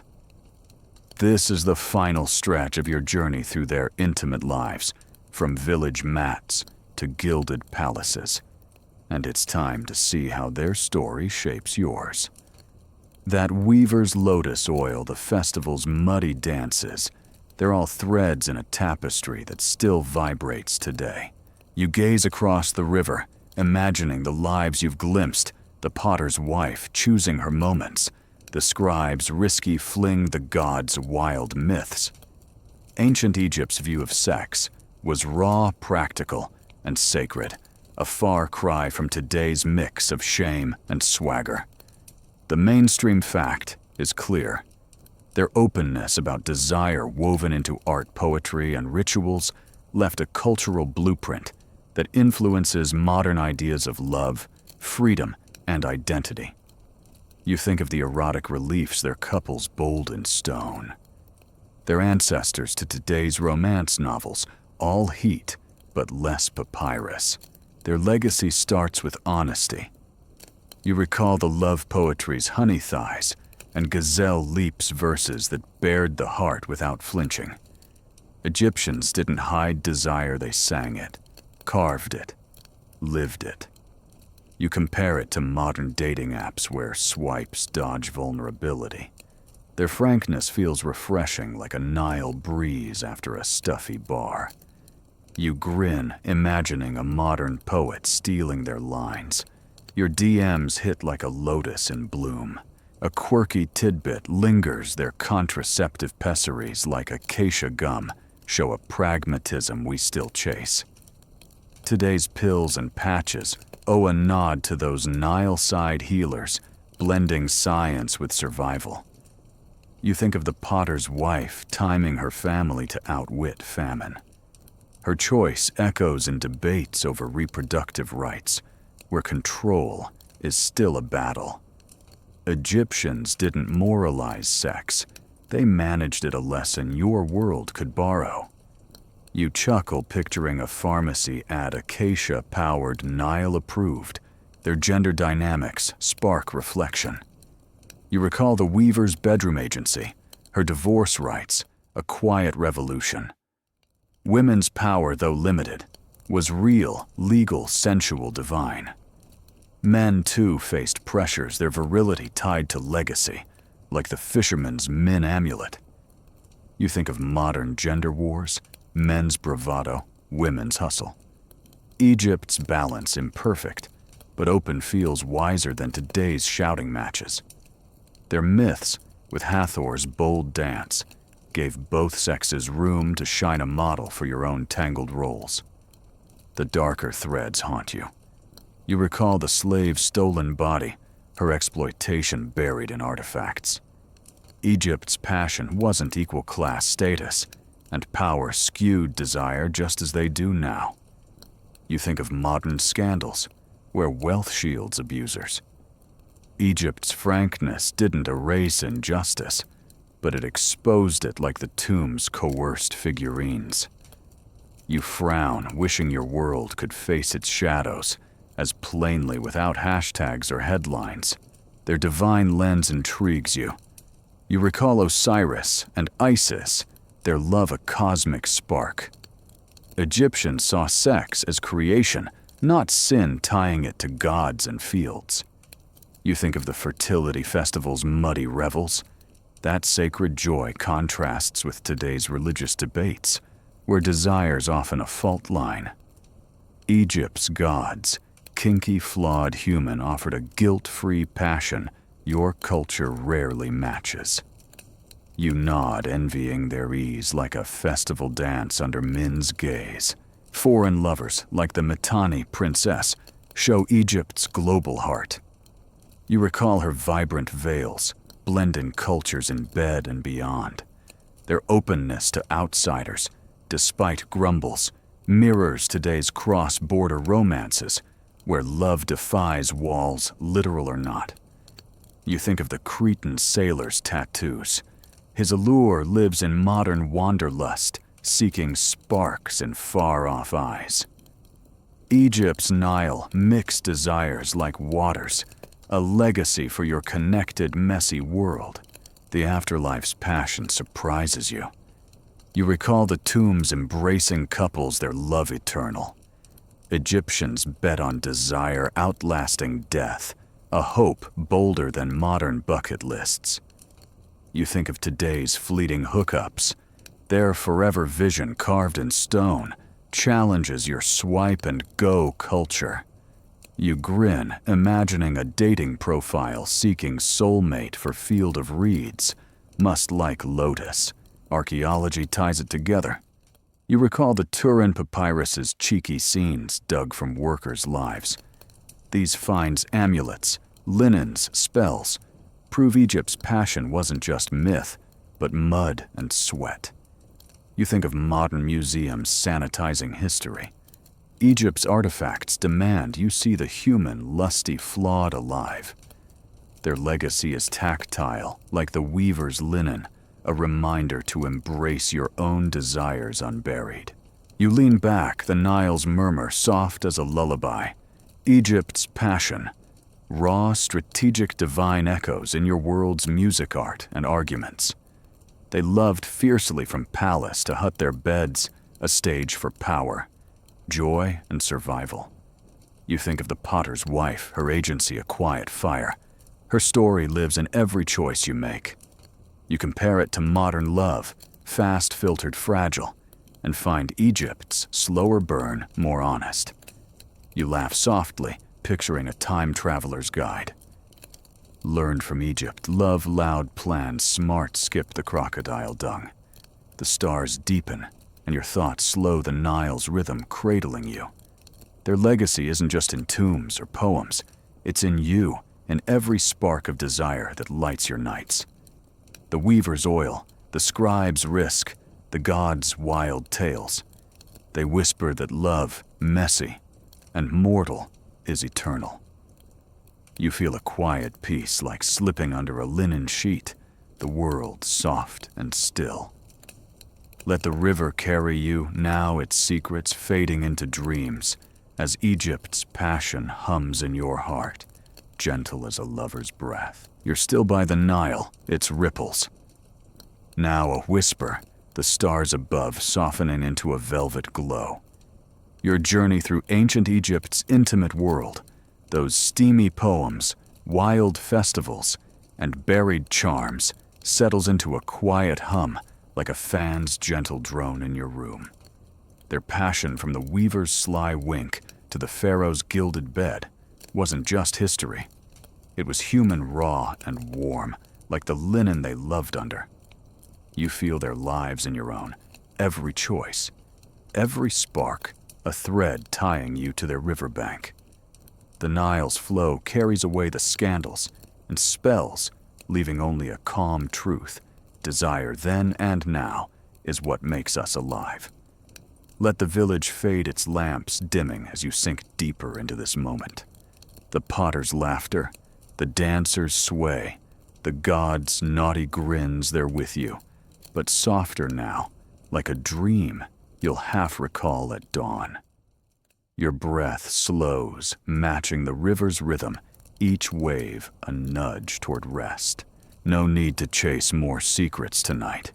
They'll wait safe in the Nile's embrace. Picture yourself on a reed boat drifting under starlight, the world quiet except for your heartbeat, steady as Egypt's pulse.